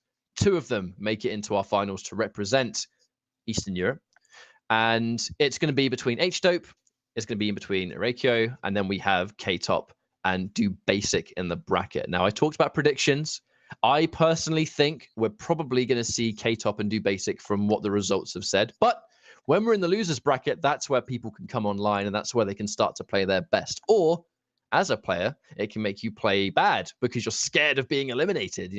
So many players have all these different ways of handling tournament pressure. But we have some character variety too. We have Aquaman or Black Manta. We have the Flash. We have Enchantress or Wonder Woman. And we have Starfire coming out from K-Top, who I'm assuming will probably play Starfire again. But to be honest, with our next matchup, which I do think is K-Top versus Do Basic, yep, I'm wondering if we're actually going to see K-Top go with Starfire. Because we saw how Do Basic just looked, he made that matchup look really easy against Nivek because it was just a level of comfort. It wasn't even the fact that Nivek Starfire looked bad. It's that Do Basic looked really confident in that matchup. Well, the big thing we saw Do Basic doing against Starfire against Nivek was, of course, good use of the shield. I think that the reflection shield against the standard projectile is huge because not only does it reflect a projectile, which obviously stops you getting hit, it does mean that it forces a projectile back to Starfire. So she can't exactly just throw back-to-back projectiles as fast as she would normally like to, because of course now there's a projectile coming straight back at her. But also means that obviously, if he finds himself that space, he can go for a forward 3, he can go for a curse or a hex. But I think an even bigger thing here was every touch was being ended with a restand. And I think the restand really was the deal breaker there because it was a restand that, now I don't know if the restand is plus when Enchantress does it. I don't know if she's guaranteed a button or if it's just like, resets you back to neutral and just eliminates the wake up, which in itself is strong enough. But taking that away from Starfire seems huge. I am very excited. They're in the lobby. It's going to be K-Top versus Do Basic. It's going to be one of the best players in Greece versus the Enchantress God. This guy has really sort of put Enchantress on the map over in this part of the world. Starfire versus Enchantress. It's going to be the matchup that we were kind of talking about. Okay. For those that have just joined us, the Intercontinental Championship is going to be a 4-part online tournament series with 4 different territories. The top 2 of those cups make it into Vienna to play in the top 8 finals offline, and the winner of that later in a couple of weeks makes it into the Injustice Pro Series Grand Finals as the Intercontinental representative. So whoever wins this match in the winners finals is going to guarantee themselves in the Vienna finals because it's at least top 2. These guys are playing for top 2, not top 1.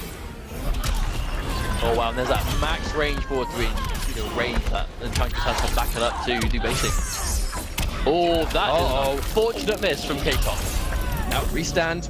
Get full combos and this is, are you watching what I'm watching? Yeah, I think so. K-Top! I'm gonna reserve myself. I'll reserve myself. So this unfortunately happened in the IPS EU Cup as well. I could only assume it's because of how far away these guys are from each other. Because we know that Do Basic is of course Russian and K-Top is from Greece. Oh, I really did not want this match to be off stream. I mean, it's a deciding match, right? It is. It's like I just said, it's top 2, it's not top 1. So this is very important. This is an important match. We'll find out what's happening.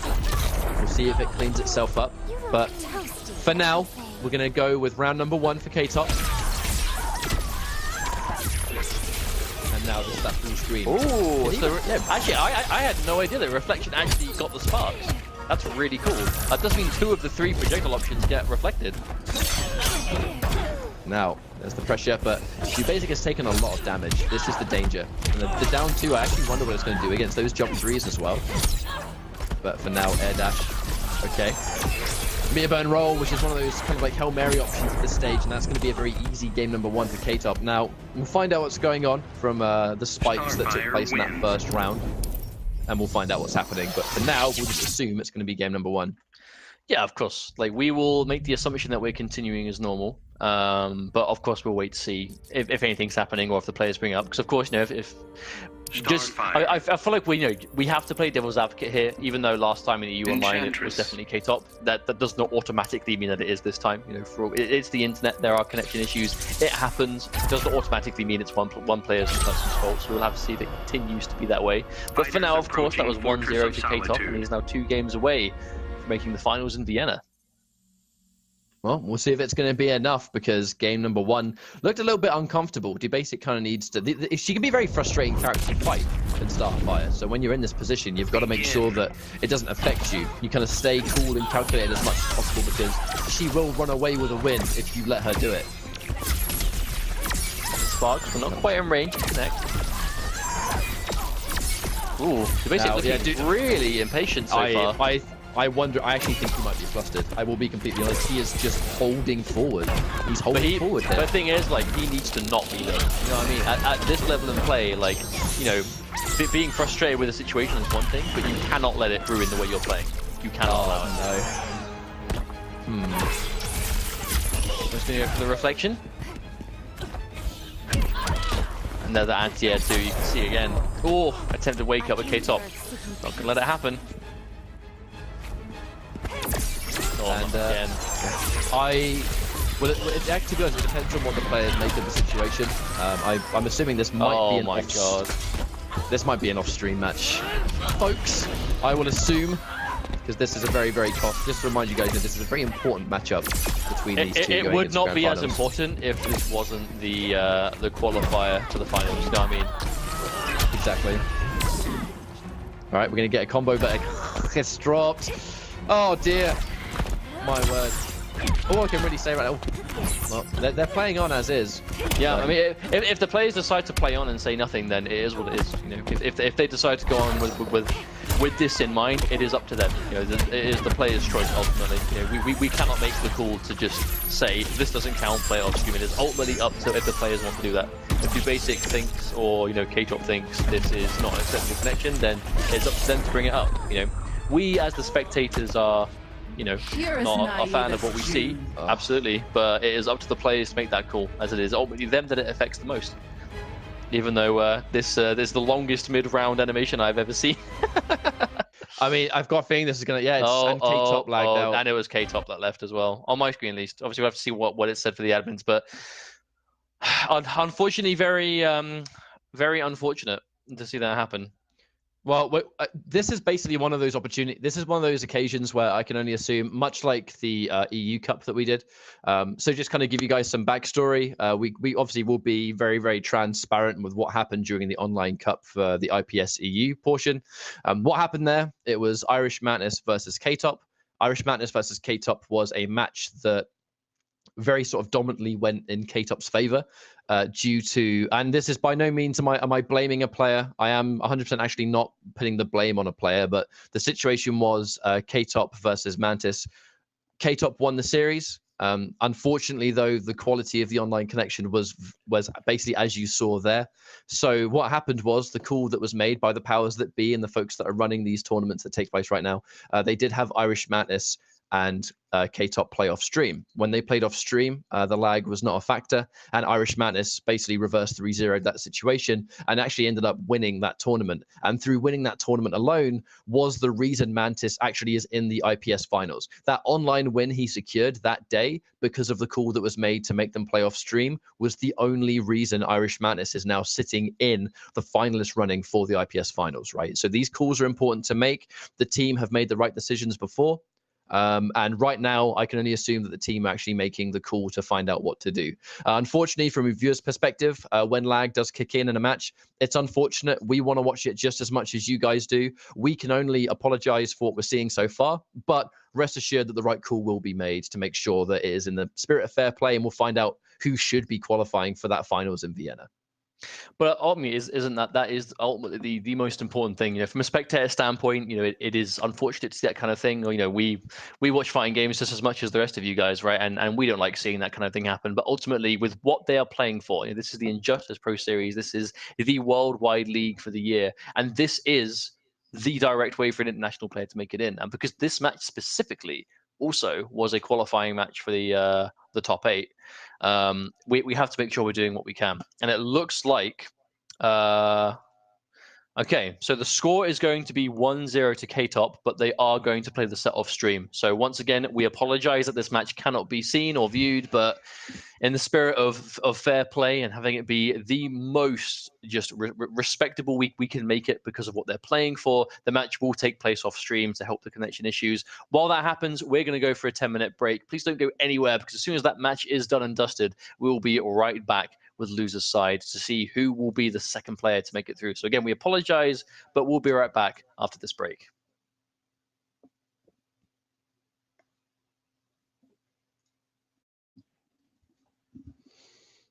Welcome back, everybody. This is the Injustice 2 Intercontinental Championship, where we inevitably have some updates. When they played off-stream, Dubasic versus K-Top, that win did ultimately go to K-Top. It was a 3-2 result, so we'll be seeing him in grand finals. And he has, in fact, qualified for the Vienna finals later in a couple of weeks' time.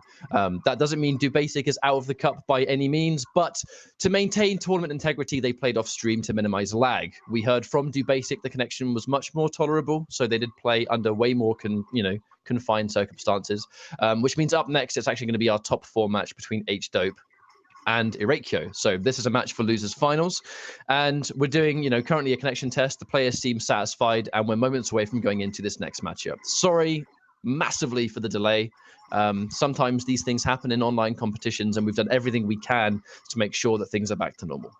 So basically, as a quick breakdown to the way the rest of this tournament is going to go is, of course, we have a top 4 locked and loaded, ready to go. Of course, K-Top is one of our first qualifying players for the top 8, in the sense that he's in grand finals now, which means that out of Irakio, H-Dope, and Dubasic, one of those 3 will take the second spot for whoever it is that makes it into grand finals. Grand finals will be played out as normal, and the winner will be getting better seeding for the top 8 in Vienna in 2 weeks' time. But it really is about just qualifying there in the first place. That is the milestone these guys need to be looking for.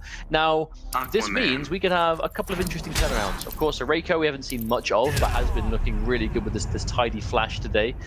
H-Dope, we might even be able to see K-Top and H-Dope have like the 2 brothers together will be qualifying as a pair, which I know they'll definitely be looking for.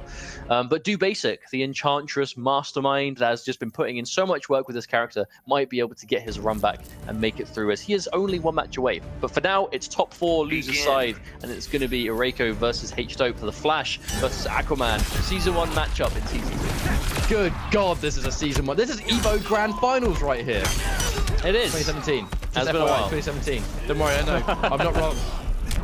Either way, this is going to be a matchup of basically, the Flash versus Aquaman was always seen as a rough matchup, but things are a little bit different now. Aquaman is not as good as he used to be, and as you can see right now, Irakio not having as many problems. Oh my God, absolute deletion in that first round, and the grab as well. Madness. I like the way Irakio played around the trait activation as well. We saw H-Dope go for the Aqua Armor just to try and get through, and he tried to press a button straight away, but Irakio just kept pressing. And there's the punish with the Sonic Pound. H-Dope goes straight in with the Clash. Really smart Clash. He's going to take him out of the Speed Force, and he has guaranteed life regeneration if he wants to. But he isn't even going to need it. and just decides to save all 4 bars. That's a traditional combo breaker right there. He's got 4 bars a meter, but is it going to be enough to save it? Okay, down 1 scoop, Hail Mary, wake up, shake as well. A little bit of a preemptive wake up, to be completely honest. Launch. No, I think that was a back 1-2 that didn't work. We did see this from H-Dope last time we played Aquaman. His Aquaman seems to be really good in the neutral and just general kind of composure, but his execution really let him down before. Picks these up over and over again. I like the way H-Dope tried to use Trait to absorb as much from that Speed Force as possible, but it hasn't mattered. It's just the life. I mean, was there any point in that second life bar that his life wasn't going down in some way? I think he was just constantly getting hit for like 15 seconds and then he was dead. That was a flash game right there. That was, I blinked and missed it. That's game number 1, just like that. Hireko, if he keeps that pace up, we could have the fastest 3-0 we've seen today. Or H-Dope wakes up. I understand the Aquaman debate, because this actually was a horrendous matchup last year. He's going in with it again. We're going to see if it works, but Hireko he doesn't seem phased about the matchup at all. No, I think Reiko's he's here to play. He's ready to go, and H-Dope is already 1 game down, and I feel like already is the word. Like, that was so fast and so quick, which I guess that's just the way it happens against the Flash sometimes. You know, this character is so explosive, and if he is able to just get the ball rolling from the start, then that's the kind of match you might be able to see. Changing the stage, though, the Red Sun Prison. Good for power characters, but of course, depending on each corner. Usually better for keep-away characters, I suppose. You can kind of just keep away with them with lasers and drones. The power characters just have plenty of machines to throw around. Or another miss on the back 3. H-Dope, he needs to tidy up this execution.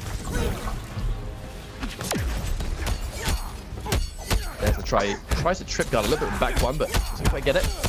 Looking much better in this first game. I feel like this is kind of like what the matchup is, right? The second Aquaman can kind of play that strong, grounded game, lock him down. It's not so bad.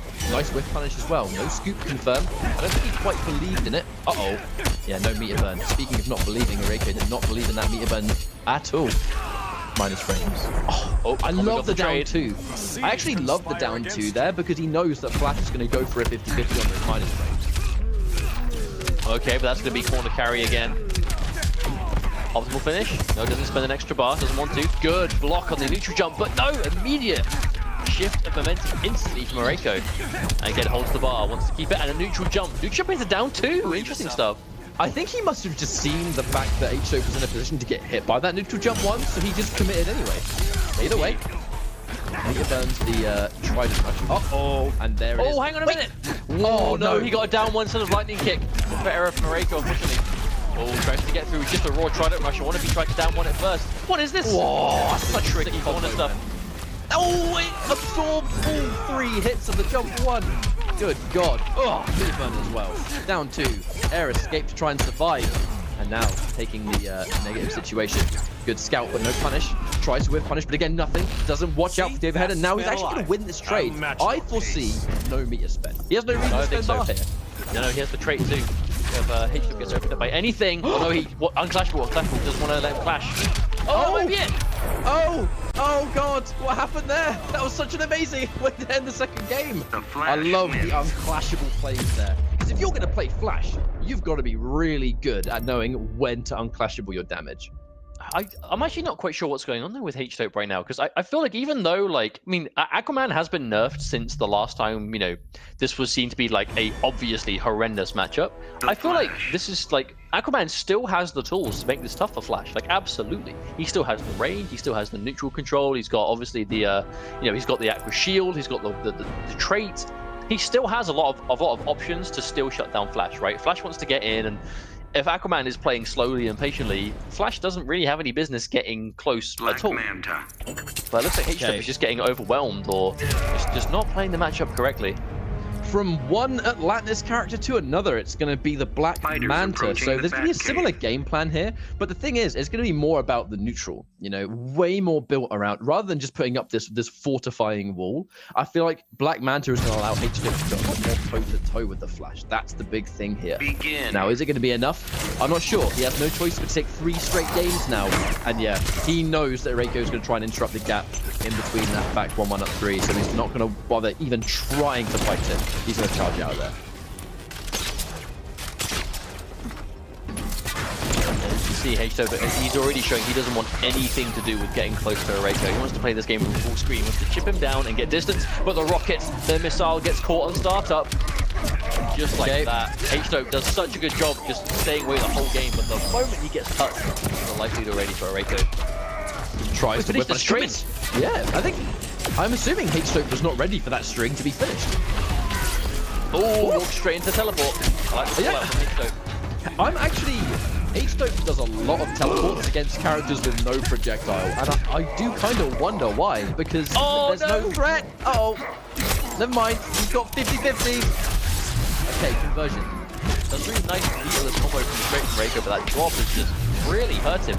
H-Dope is going to see this back, spends the bar to an extent, not enough to kill, but there we go, spends another bar to get the full screen Manta Ray.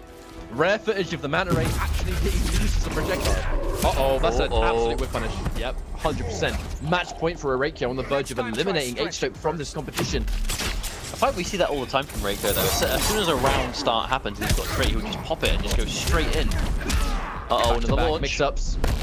Vital flash used. Now H-Dope, he's almost guaranteed to win this, because flash players, they're not going to spend their bar here to prevent you getting live. He knows he's going to undo it, go back to the neutral, and now he's got 2 bars to potentially kill this character. But he can absolutely not hesitate. Oh, the neutral crouch, the knowledge, but no punish! Reiko did the hard bit, but this time... It's not twice he H-Dope go for the 2 bars like that. He's playing Black Panther, right? This character just breathes bar. That last minute overhead. Uh-oh. Yep, there we go. Combo. Now there's the whiff punish we were looking for. Reiko tries his luck a little bit for the second time. Got away with the finishing the string last time, but not today. Finally going to spend some bar. But even then, both clashes have now been used. So if he opens him up, which could have been here, opens him up twice, but no. This is a bit of a scramble. Wake up for days. Are we going to see speed fall? What a teleport actually. Reiko there, maybe anticipating the tires, but not meant to be. Catches opportunity here. Launch. He's going to know that an up in the air jump 3 is not going to be as plus as it could be. Blocked the 50-50, but got hit by the background bounce. Watch out! Oh, he's dead. He's dead. He's dead. No. How did he not kill him there? Yes, so careful. Anything on block. Oh, he backdashes the sweep. So everything. Oh, the anticipation, but not in time. That was just absolute a read upon a read upon a read from H-Dope there. That full screen charge. He must have just expected a lightning charge from Reiko. He must have expected it. And that was the only reason he would have done that. But Reiko had no reason to be so antsy. Reiko had a considerable life lead. He had resources. There was no reason for him to desperately try and finish that at the speed. But when you're at that situation as H-Dope, all the power to him. Yes, it was a mistake, but it was a mistake that we can understand why he would attempt it, right? But unfortunately, that does mean that it is going to be 3 games in a row. And H-Dope, his IPS journey ends here. There will not be 2 brothers in the finals as Reiko moves on to losers finals, where Reiko or Do Basic. It's going to be one of these 2 guys left is going to be taking that final spot in the Vienna Top 8 finals. And this is potentially going to be quite an interesting match. This is a scary position to be in, right? Because even though we have yet to play our grand finals of the day, the most important matchup is about to happen right now. It is the losers finals, and whoever wins this gets grand finals. That's going to be top 2. What else is top 2? Oh yeah, qualifying for the Vienna finals. That's what we're looking at right now. So whoever wins this game is going to be joining K-Top in the top 8 finals for the Intercontinental Championship, representing EU East. And it's going to be either Flash or Enchantress. I know there's a lot of players in the chat that are going to be cheering on Do Basic, but with how Reiko has been playing today, I wouldn't be surprised if he makes it through, because he's such an aggressive character. The Flash versus Enchantress is not a matchup that you see all the time. That said, we do know that Do Basic does actually play Wonder Woman as well. And Wonder Woman, as far as I'm aware, does pretty well versus the Flash. So, and given the track record of Do Basic, who has actually defeated Honeybee in tournament before, he has faced the best Flash in the world, and he has come out on top. So this is a matchup I think he's going to be prepared for. But in the hands of a sick player, the Flash is still a very scary character to fight. But it does make me wonder if Do Basic's actually even going to go with Enchantress here, because we do know he plays Wonder Woman, but obviously opts not to all the time. I think it's a matchup thing. Wait, has Reiko played? Is he picked Black Canary here? Or are we just waiting? This might be a connection test, or he is actually going to go flash. He's picked Canary during connection tests before, so we'll just see if it happens. Do basic going in with Canary as well, I think. And if that's it, there's no way this is a real match. They're doing a test. And that's what they would do. No, this is a real match, I think. They're basically just talking with their admins right now to see what's going on. They want to confirm if it's going to be a real game or not. Enchantress. Wait, really? Okay. Now, seeing as they're both from similar regions, it would make sense that these guys have played before. So if this is Firestorm versus Enchantress, I can't say I'd be surprised, because it would be a matchup thing. If they've played and this is a matchup they like, it is what it is. Let's go. The Intercontinental Championship for Injustice 2 EU East. One more slot open for this tournament. Is it going to be Do Basic or is it going to be Arakio? The immediate catch. Well, that's a wonderful start for Arakio right there. They'll be catching out to damage as well. So any partner restand. I'm interested to see how this plays out, because Do Basic, we've seen a lot from him in terms of like just general matchup knowledge, but we've seen Arakio with just Flash today, so we haven't actually seen Firestorm. That said, one execution character to another. Firestorm still pretty fitting. Ooh, wake up Molten Trap. Now the wake up Starfish.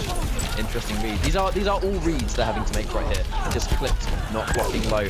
Basic gets taken out. Round one should very much be in his favor for the wake up.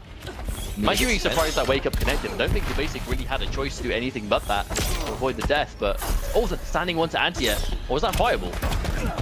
I actually have no idea whether that was a standing one or if he got a fireball. Because it's so close. That's an opportunity. No, Do Basic only alive because he decided to EX the Soul Steal.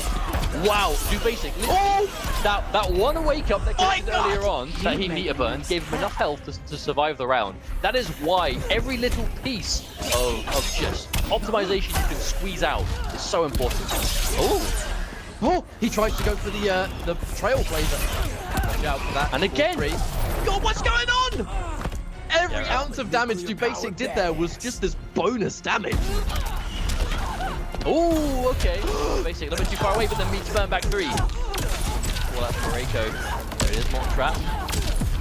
Oh, the Vortex. Can't you see? Oh, Basic gets wrong and loses wager for it, unfortunately. Now, Do Basic did do the good thing where he waited to see if he gets right first and then broke after. Don't preemptively go for it. Make sure you kind of optimize your braking when these clashes happen against a Vortex character like Firestorm. Oh, wow. Oh, not close enough to get the combo. This could potentially be a wasted trait for Moreko. Almost whiffed it. Expecting the... Actually, no meter burn. I'm actually wondering why Do Basic didn't punish that. Okay, there's a confirm. Oh, back 3. Now, it's going to be set up central. Here comes the trait. Just trying to get out of there. Oh, just walk it down. Catches him in the air. That's what he wants. And now, this is a last lifeline. He's going to use the clash, but his back is still going to be... Wait, Basic can hurt him, and that's exactly what he's going to do. Oh, Basic doesn't have the trait. Of course, because we saw Moreko use his level 3 trait already. Wait a minute! Oh, you cheeky monkey!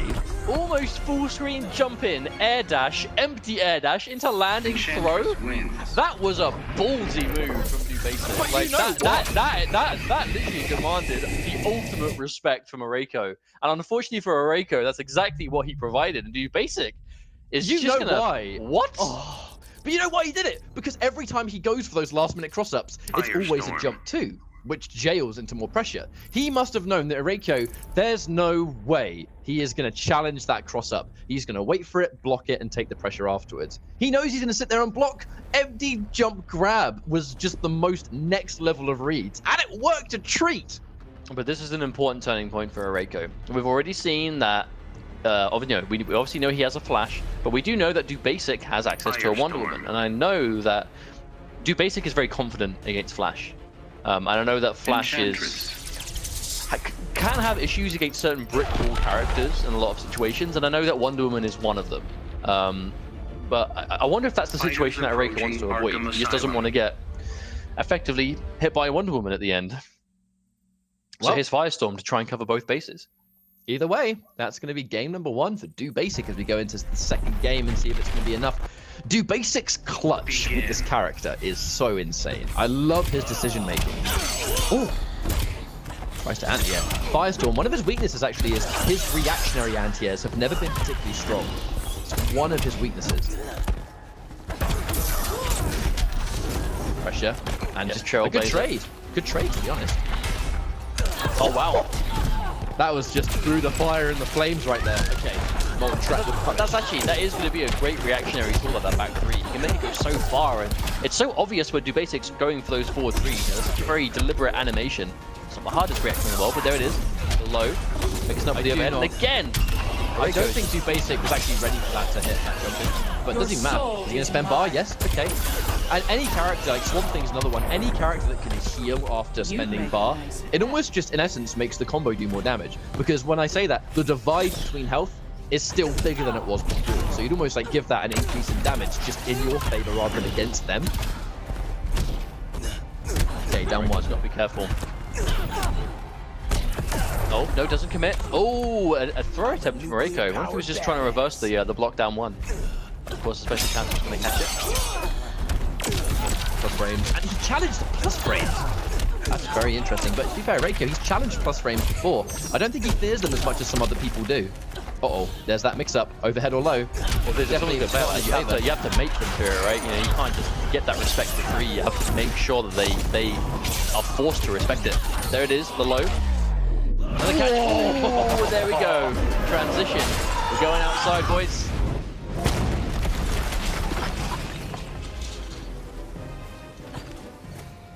Look at him just walking back. Reiko, he does not want to overcommit to anything. Hasn't pressed the button in like 10 seconds. I mean, we are within Reiko especially is unclashing territory. Oh, the bait! The bait is so real. Gets the punish. Okay, back three. Goes in for the cross up. Can't wait you see you until have he goes no in for the clash. chance? Good positioning. Professor says no. Not a bad position, to be honest with you, for Enchantress. This is still Dubasic's game to win, in my opinion. Oh, that max distance. And again, we're seeing that. The reactionary punish. Uh-oh. But look at the mix-up. Guess it's wrong! And there's the Vortex! And the chase down. Excellent read! Bad call on the grab, and Reiko just snatching that win away. That is what happens when Firestorm gets level 3. He saves that up until the very, very last one.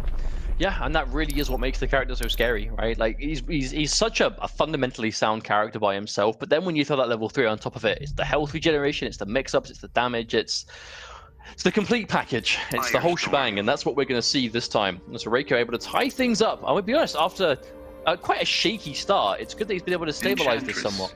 But Dubasic going to go straight back to Enchantress in a different stage. Be re-random. What are we going to get this time? Fighters approaching Gotham City. Okay, another background bounce. Whenever you see a background bounce, you just feel good for Enchantress. I know she doesn't need them, but she gets a little bit of extra setup potential, you know, because of the hard knockdowns, because of the damage extensions. It all kind of feeds into the same machine. That, oh wow, big call out. Yeah, very slow too. Well, considering Enchantress kind of options at the start, it's very brave to go for that kind of overhead right there. Oh, that must have been an imp error. That must have been an imp error from Reiko. Definitely refuse to believe that was intentional. Oh, punish! Range! Yeah, deceptively long range when I'm standing one. Right, there's the knockdown. Pressure again. Not going to see the minion summoned yet. No trait. Oh. Oh. No confirm on those molten traps. 2 times in a row he didn't confirm those. Oh, the wake up me burn Starfish though. Just throw that one in. It looks like, I do actually, I think that was an element of conversion he tried to do. And I think he pressed down, so I'm assuming it's the ones where if he spends bar, he gets hurt, I think. Which damage over time. Maybe it's doing buttons, actually. I'm pretty sure that was the damage v jumps. Yeah. Reflect. You can see, like, as strong as those curses are on paper, it's actually deceptively difficult for Dubasic to actually realistically set them up in the neutral because of how long they take in the recovery on the other side. So they're definitely to be used sparingly. Used to many of them and obviously a lot of damage in the process. Now, Dubasic, he has loads of bar. We have seen him kind of go into that armor in the past, you know, where you kind of trade your health for super meter. So, spending one of them to get the launch. Okay, there's the background bounce, back 3 again. Right, are we going to knock down his trait? We do indeed. Walking forward and being patient. Ooh. Yeah, I think Dubasic tried to catch the recovery of that, but not meant to be. Definitely expected the meter burn in that molten trap. Starfish. Again, the patience. Dubasic doesn't want to press anything. Still has the bar advantage. Good block on the last minute cross up, respecting. And now he's expecting him to press down one after that. And there we go, challenges it again. This time he pays the price. No clash. Reiko, he's building on the stun into level 3, I think. Oh, there you go, punishing the minion activation with the back 3. That did so much damage. damage. Again, he saved the level 3 trait until right at the end. As some serious health regeneration. Launching overhead, but doesn't want him to clash. Oh! Oh, no! Just out of range. What? Firestorm just stared down the weird arm. Not a moment of hesitation. An immediate projectile. Do basic. Just failing to thread the needle by just the slightest amount. That Reiko punch up just 2-1.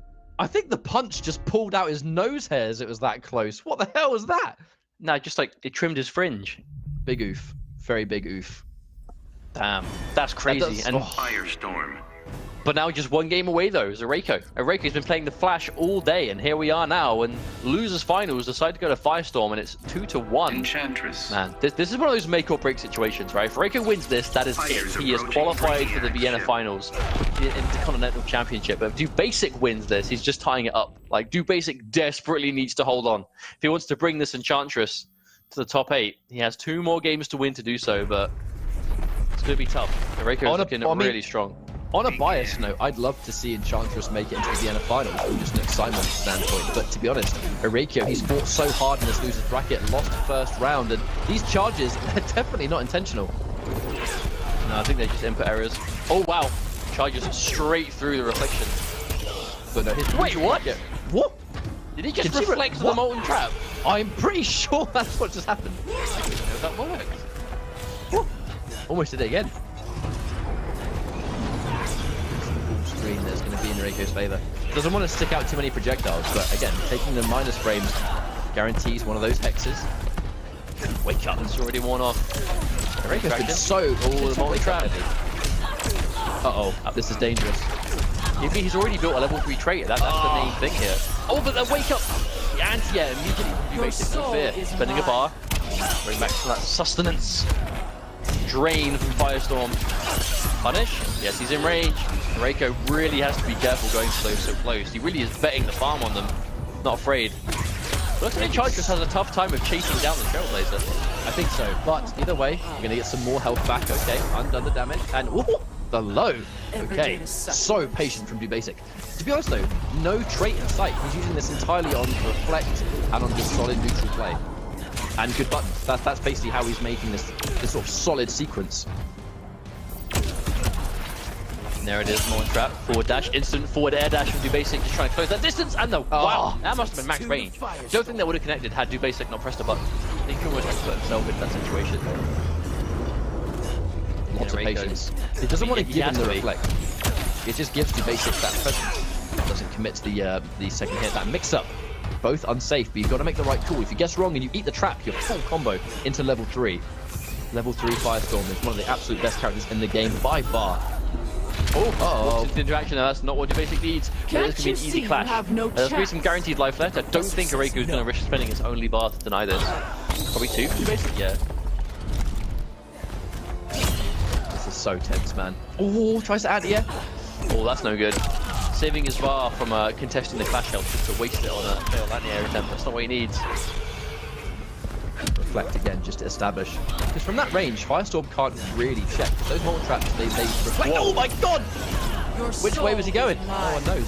Sure, but more healthy Jeff. Do Basic and catches him out. Reiko. Uh-oh. Yep, keep it all unclashable. Reflect. Frame. Oh, tries to whiff punish, but not in range. Oh! This is so tense.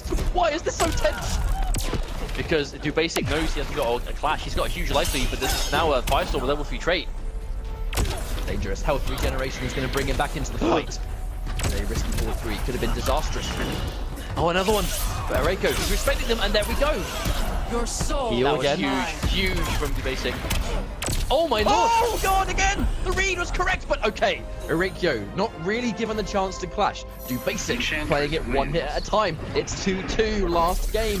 This is a best of 1 for a 1 easy way ticket into the Vienna finals, joining K-Top in the EU East. You say easy way, but I would argue to say that to get this point has been the opposite. Like these guys are fighting so hard to get this close. I mean, but this is officially officially, and it has worked out in this way, this is officially the worst possible match you can lose in today's tournament.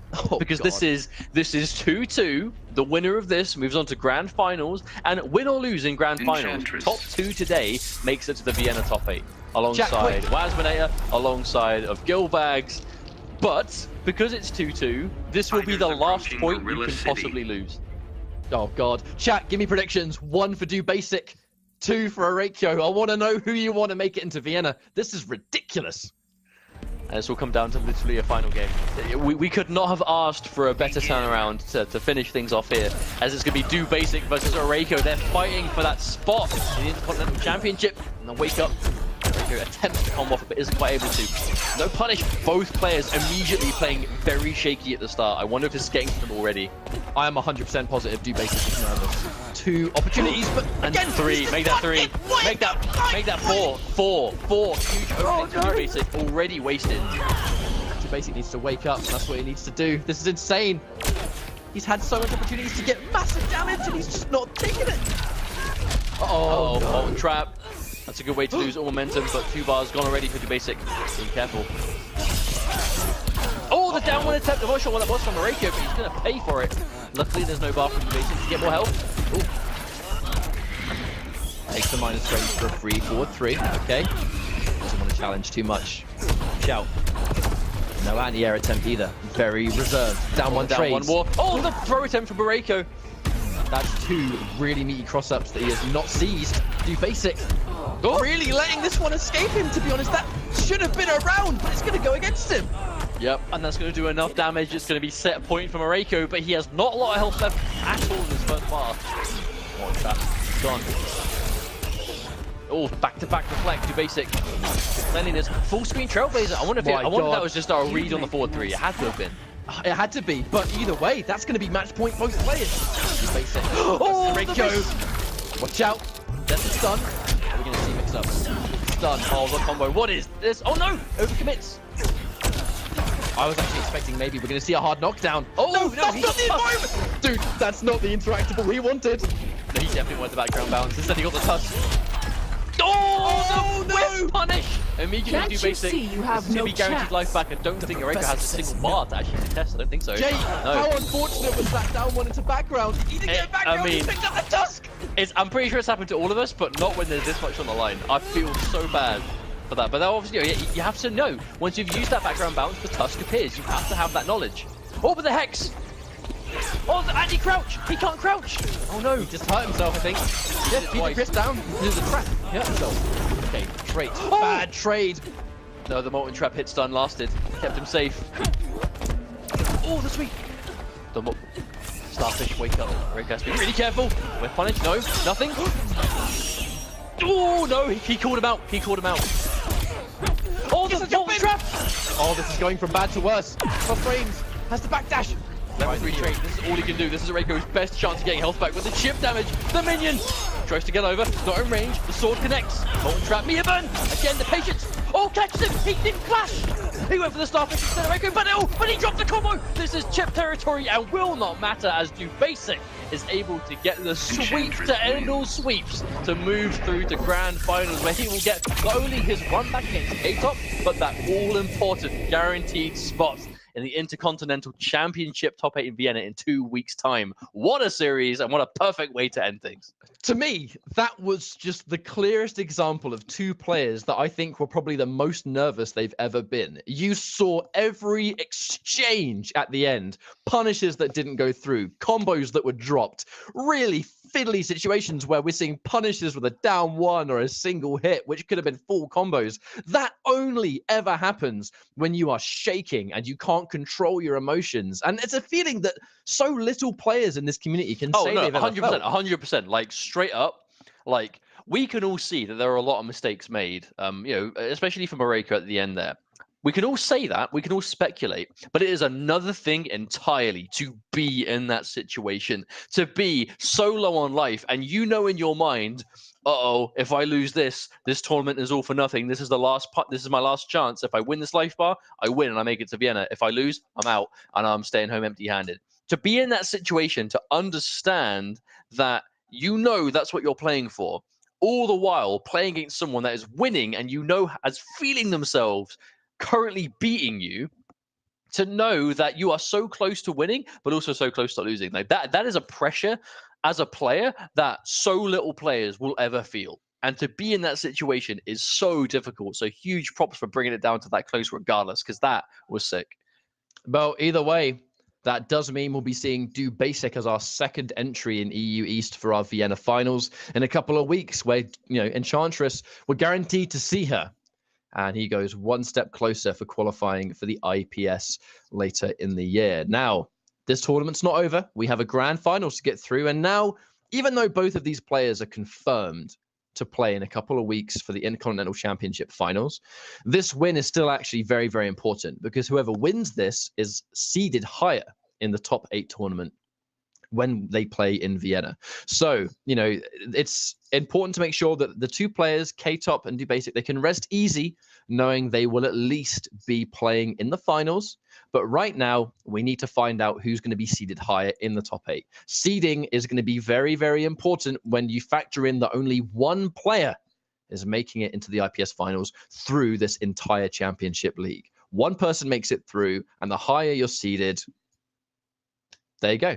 The higher you're seeded, the better chance you have. No one's going to say no to that. So it's going to be a rematch of K-Top and Do Basic. They fought in winners finals where it was 3-2. Will it be as close now? Or is one of these guys going to just turn it around and completely destroy? I assume they're going to do a connection test first, given the unfortunate circumstances of winners finals. But either way, only one more set is left for the EU East qualifier. That does mean that we know who our first 4 of our 8 players will be in Vienna later this, in 2 weeks' time, later this month, where we are going to be having, not later this month, it will be early October, 2 weeks from today. We're going to have Wasminator, Gilbags, K-Top, and Do Basic. So we know Wasminator won the Australian Cup, so he's going to be number 1 seed from that cup, and obviously Gilbags will be number 2. And now we're playing to see K-Top versus Do Basic, and whoever's going to be the highest seed out of these two. So already we have some strong players ready to go, and this is the halfway point. We have a cup tomorrow for Middle East, and we have EU West next Saturday on the 29th. So there's still all to play for, and still plenty more players to see what they can do. There's some top level players in the EU West. Middle East has shown this year that they have some strong players also. And we'll wait and see if that happens. I'll be honest, like off the bat, this connection test looks a lot better. So I'm hoping this kind of stays the way it is for the rest of the set, because it was tragic we couldn't watch this in winners finals. And I really, really want to be able to see this one, like 100%. Well, either way, I feel like we're actually just finished our connection test match, so we'll be loading in now. Thank you all very much for sticking with us. It has been a really, really exciting tournament, but we're going to be finishing things off with Do Basic and K-Top. So one set's going to decide who's going to be seeded higher going into our finals, which is very, very important, as only one of these players makes it into the finals after the Intercontinental Championship is done and dusted. Matchup-wise, Starfire versus, I will assume, Enchantress. Is Do Basic going to make the selection? You say that, but apparently when they played off stream, K-Top actually played Atom, and we saw that from him last in the European Online Cup too. So Enchantress. I wouldn't be so sure as to automatically expect Starfire. Okay. It looks like he actually is going to be going with Atom. Atom is he's a weird character. I feel like there's a few other ways to describe him. He is a bit of a weird one. In a sense, that really demands a certain kind of respect. He's very unorthodox, low profiling. If low profiling could be a character, it would be Atom, and for reasons I'm sure we will see momentarily. I mean, he's small, isn't he? It makes sense. If there's one character in the game you expect to go under everything, it's going to be the smallest man on the earth.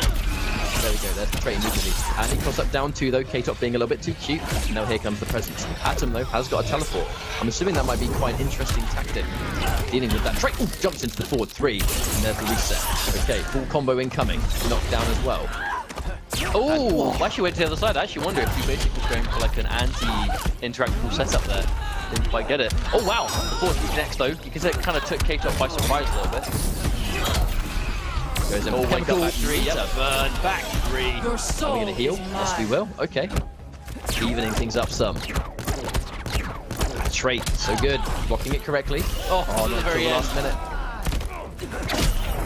I feel like when you fight Atom, you can only really block his trait for so long. Blocking the entire sequence, you are a god. Down to wake up. And again, one of those down 2s that it recovers so fast, and a back 3 goes so far, you can down 2 its back 3 quite reliably. I was actually definitely, I was expecting that to be reacted. I'm not even gonna lie. I was expecting that 100%. Oh, anti-air with the stomp. I can imagine that stomp is gonna put quite a thorn in the side of your basic though. Enchantress, greatest at stomping it on paper. Basic is wonderful at building super meter. That's the main thing. He very rarely loses a clash. He's very spare with his meter. Still though, the basic looks like he's in a position that he can still win, but it's gonna be tough because KW has that consistent life lead. Oh, but able to get a max range 4-3. Oh no! I'm not quite sure what that was about. There was no jump in normal. He basically just missed time to jump in, unfortunately. Alright, what a time to make that kind of mistake. K-Top now finds himself with an even stronger lead. Oh! 4-3. Get back here, little man! You might be tiny, but that fist is still really big. Oh dear me. His down 3 goes under the down 1. The challenge on the plus frames, you have to now respect the jump 3. I don't think Dubasic can jump in on that either on a read. Wonder what his options will be here. K-Top's gonna get life back. The wake up reflect. Doesn't get the punch. Just gotta watch out.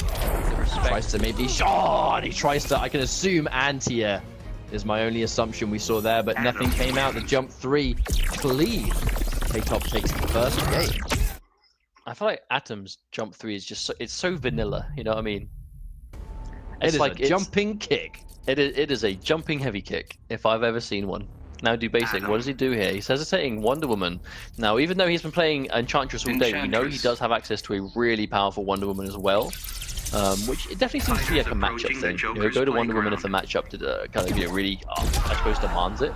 But definitely wants to. You can tell he at least wants to try Enchantress in every matchup, even though it might not be a great idea. You know, so if like Enchantress is one of those characters, like she's so unorthodox that you know she's inevitably going to have some characters that are hard to deal with.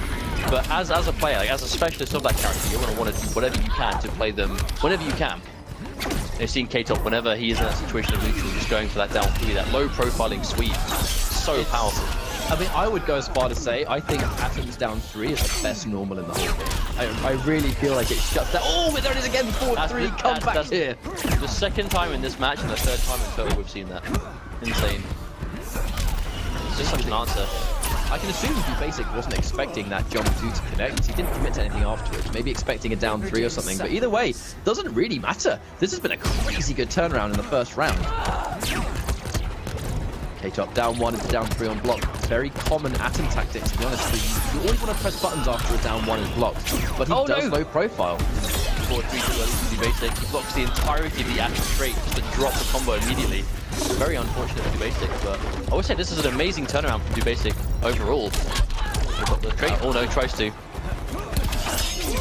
Forward dash. Dude, her forward dash is so fast. He does consistently use that to try and escape the corner. Jump 2, hitting so behind. He actually clipped him on the way back from the teleport. I wonder if that's a matchup tech. And again, 4th time is a charm. Dubasic is just determined to not let K-Top whatsoever get around. No clash activating that trait in neutral. He's going to lose the round, but he really does not want K-Top to clash. He has a very respectable amount of bar. Oh, he went right through the demon. I can't say I'm surprised, to be honest. Oh, another attempt. Oh, Dubasic running straight into it. Now, even though this is looking bad for K-Top, I don't want to say it's impossible, especially if Dubasic keeps making decisions like that. That's going to force the flash out. Now, K-Top surely can't afford to contest this life regeneration, can he? He needs that bar. Nope, makes the call. Now he's going to try and use those 2 bars to mount the comeback. He's not going to be able to clash given the health he currently has. Oh, there's the spell, but it's not the right one. So he's going to be able to go for those stomps all day. You know Dubasic is saying, why can't it punish down inputs? Oh, and again, the 5th time! 5th time we've seen that stop the trait. But Dubasic, he's actually still in a position to lose this. Watch out. Oh no! Oh, he's all of his bar, all of his bar, all of it, but that's so much. He's losing so much of it. He can't push block anymore. Don't get hit. Oh no! No! That shield lost him the game. The shield lost him the game because it took so long to activate. He got launched for free by the projectile. The combo did so much damage. It took him from like 3.5 bars to 1, and then with the shield still activated, he was blocking the Atom trait that took him under push block territory. So he couldn't push block. Bad man. That was literally the most unfortunate time to just so happen to activate that anti-health shield. Literally, that's the first time I've ever seen that move lose someone a game before. Fighters approaching What should have been an amazing decision was the biggest mistake. Oh, poor Basic. I genuinely feel bad. But it has put K-Top 2-0 up as he's looking really convincing to take this 3-0, but it has forced the Wonder Woman out of Basic, so no more Enchantress today. That's the last time we will see her. He's betting everything on Wonder Woman. We'll see if it works out. But the thing is, Atom is a character that kind of disregards neutral. That's his main strength, that he says no to neutral in general. So you take Wonder Woman, who is a very neutral-heavy, very grounded-heavy character. Atom kind of shuts that down. Okay, there's the launch. We see the back three. Clean knockdown. Wonderful confirm.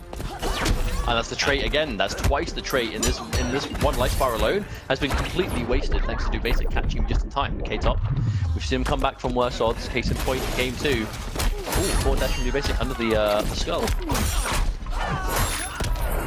Nice confirm. Excellent turnaround. Basic, he's had wonderful rounds before though. That's the thing. I wouldn't say sit too heavily on this life lead because K-Top, he's stolen it away before, and there's the trait confirmed.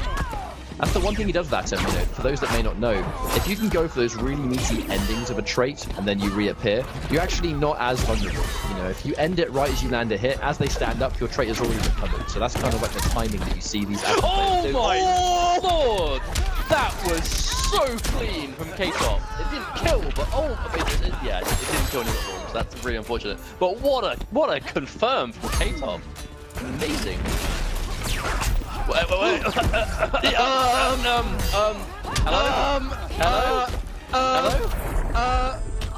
Right. Atoms are relatively large. I mean, obviously. Why wouldn't that happen? Because she doesn't care.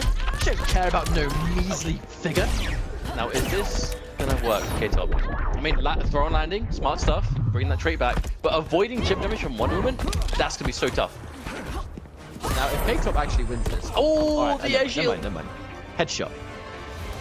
Wonder Woman now, wins. I'm still actually recovering over that forward dash through the interactable skill. That was so insane. It was a bit unexpected, I'll give you that. Not the most obvious thing in the world. But still, I think the Wonder Woman has really benefited from Basic. But K-Top going straight to Starfire, wasting no time. I wonder if this is why Basic hesitated in the first place. Because Basic was going to go to Wonder Woman after his first loss. But he kind of hovered over Wonder Woman and then went back to Enchantress. So it's kind of like oh, should I do this? No, I think I'm going to stick with Enchantress. But then when he went to Wonder Woman, he won straight away in a convincing fashion. So this could have been 1-1 as opposed to the 2-1 he finds himself in now, in theory. But of course it has meant K-Top to go straight to Starfire.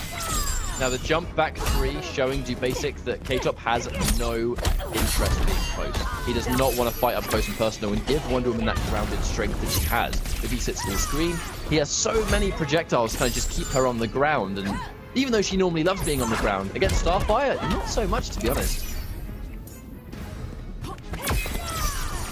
I think if he plays this really patiently, I still think Basic can kind of work his way in and kind of crack that armor.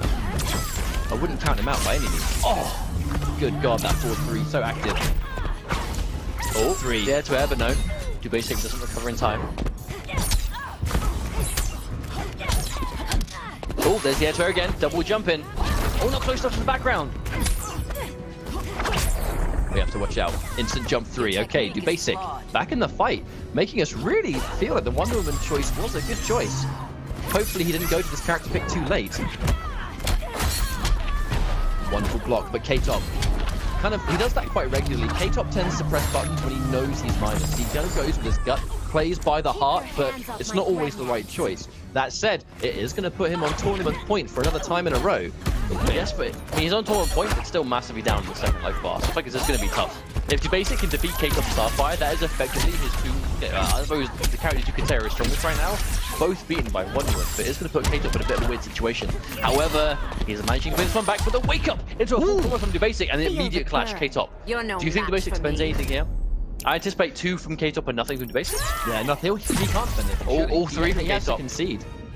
He needs that bar to get in. He needs that bar to do damage. Oh, wow! Down 2 challenges the high forward 2 from Starfire. But at 1 delay wake up. No cool combo though. Gets caught by the hair flip. It's going to push him kind of that mid-screen distance now. Yes, watch out. Down 1-2. Checks it.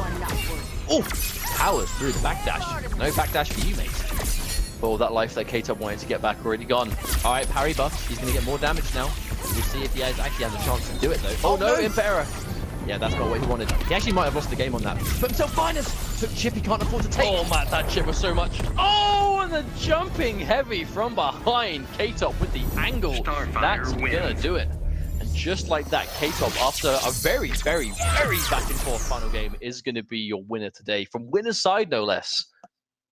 K-Top moving on. And he's going to be the winner of the EU East qualifier. Now, you know, we can't take away from Do Basic. We'll be seeing him and K-Top in our Intercontinental Championship finals live in Vienna. But this does mean that K-Top has basically earned the highest seed, which means that he'll be going up against what I would assume will be probably second placings from other cups. So this means that K-Top is going to be going into the finals in a better position by 100%. And congratulations for taking the win. I'm glad we kind of were able to kind of sort through the connection problems that he was giving us during winners finals. But it feels like, you know, the resets that took place, we took some time out, and it feels like it did actually sort of make a difference to the quality of the gameplay. And when he played well. He had the right matchups. He played the characters correctly.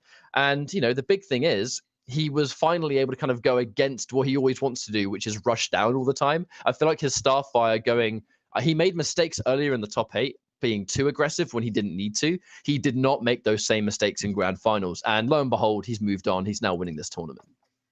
Exactly, and it's through a long grind. You know, I know K-Top has been playing since launch a while, and I feel like this might be the time that he can, you know, really finally find his groove. I know he's always been, whenever there's an opportunity to compete online, I know he does. But this is the first time he's really kind of had that big success, you know. So congratulations to him. Congratulations to Basic as well for being our 2 qualified players today. We'll be seeing them again in 2 weeks' time in Vienna for the top 8, where now our top 4, our top seeds from top 4 so far are going to be Wazminator and K-Top, and our second seed so far are going to be Gilbags and, of course, Do Basic. Don't actually think this is the end of it, as of course we do have 2 cups left to go. Tomorrow we do have the Middle Eastern Cup, which will be the exact same thing. Top 8 streamed on this channel, just at a different time. And next week we'll be having EU West. So there are 2 cups left to go and 4 more spots still left to play for, 2 from each. So I do believe that might be it from us for now.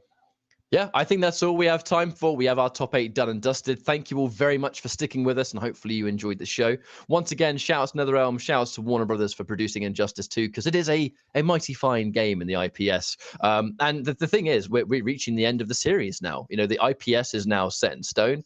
We have the last chance qualifier. We have the Intercontinental Championship. We have the closing moments of Liga Latina. And we already have the Northern Arena, where Honeybee directly qualified from that. So we are reaching the end of our league. The world's best players are going to be coming together, playing the highest quality of gameplay we've ever seen in the game by far. All the favorites are going to be there. The entire world is going to be covered because of just how many regions this Intercontinental Championship has covered. And I'm excited to see it all come together. But by no means are we finished. We have a couple of cups left to go for this championship, which is tomorrow and next week. So thank you all very much for watching. Cheers to the production guys behind the scenes. You guys are killing it as always. And we'll see you tomorrow for the next cup. Take care.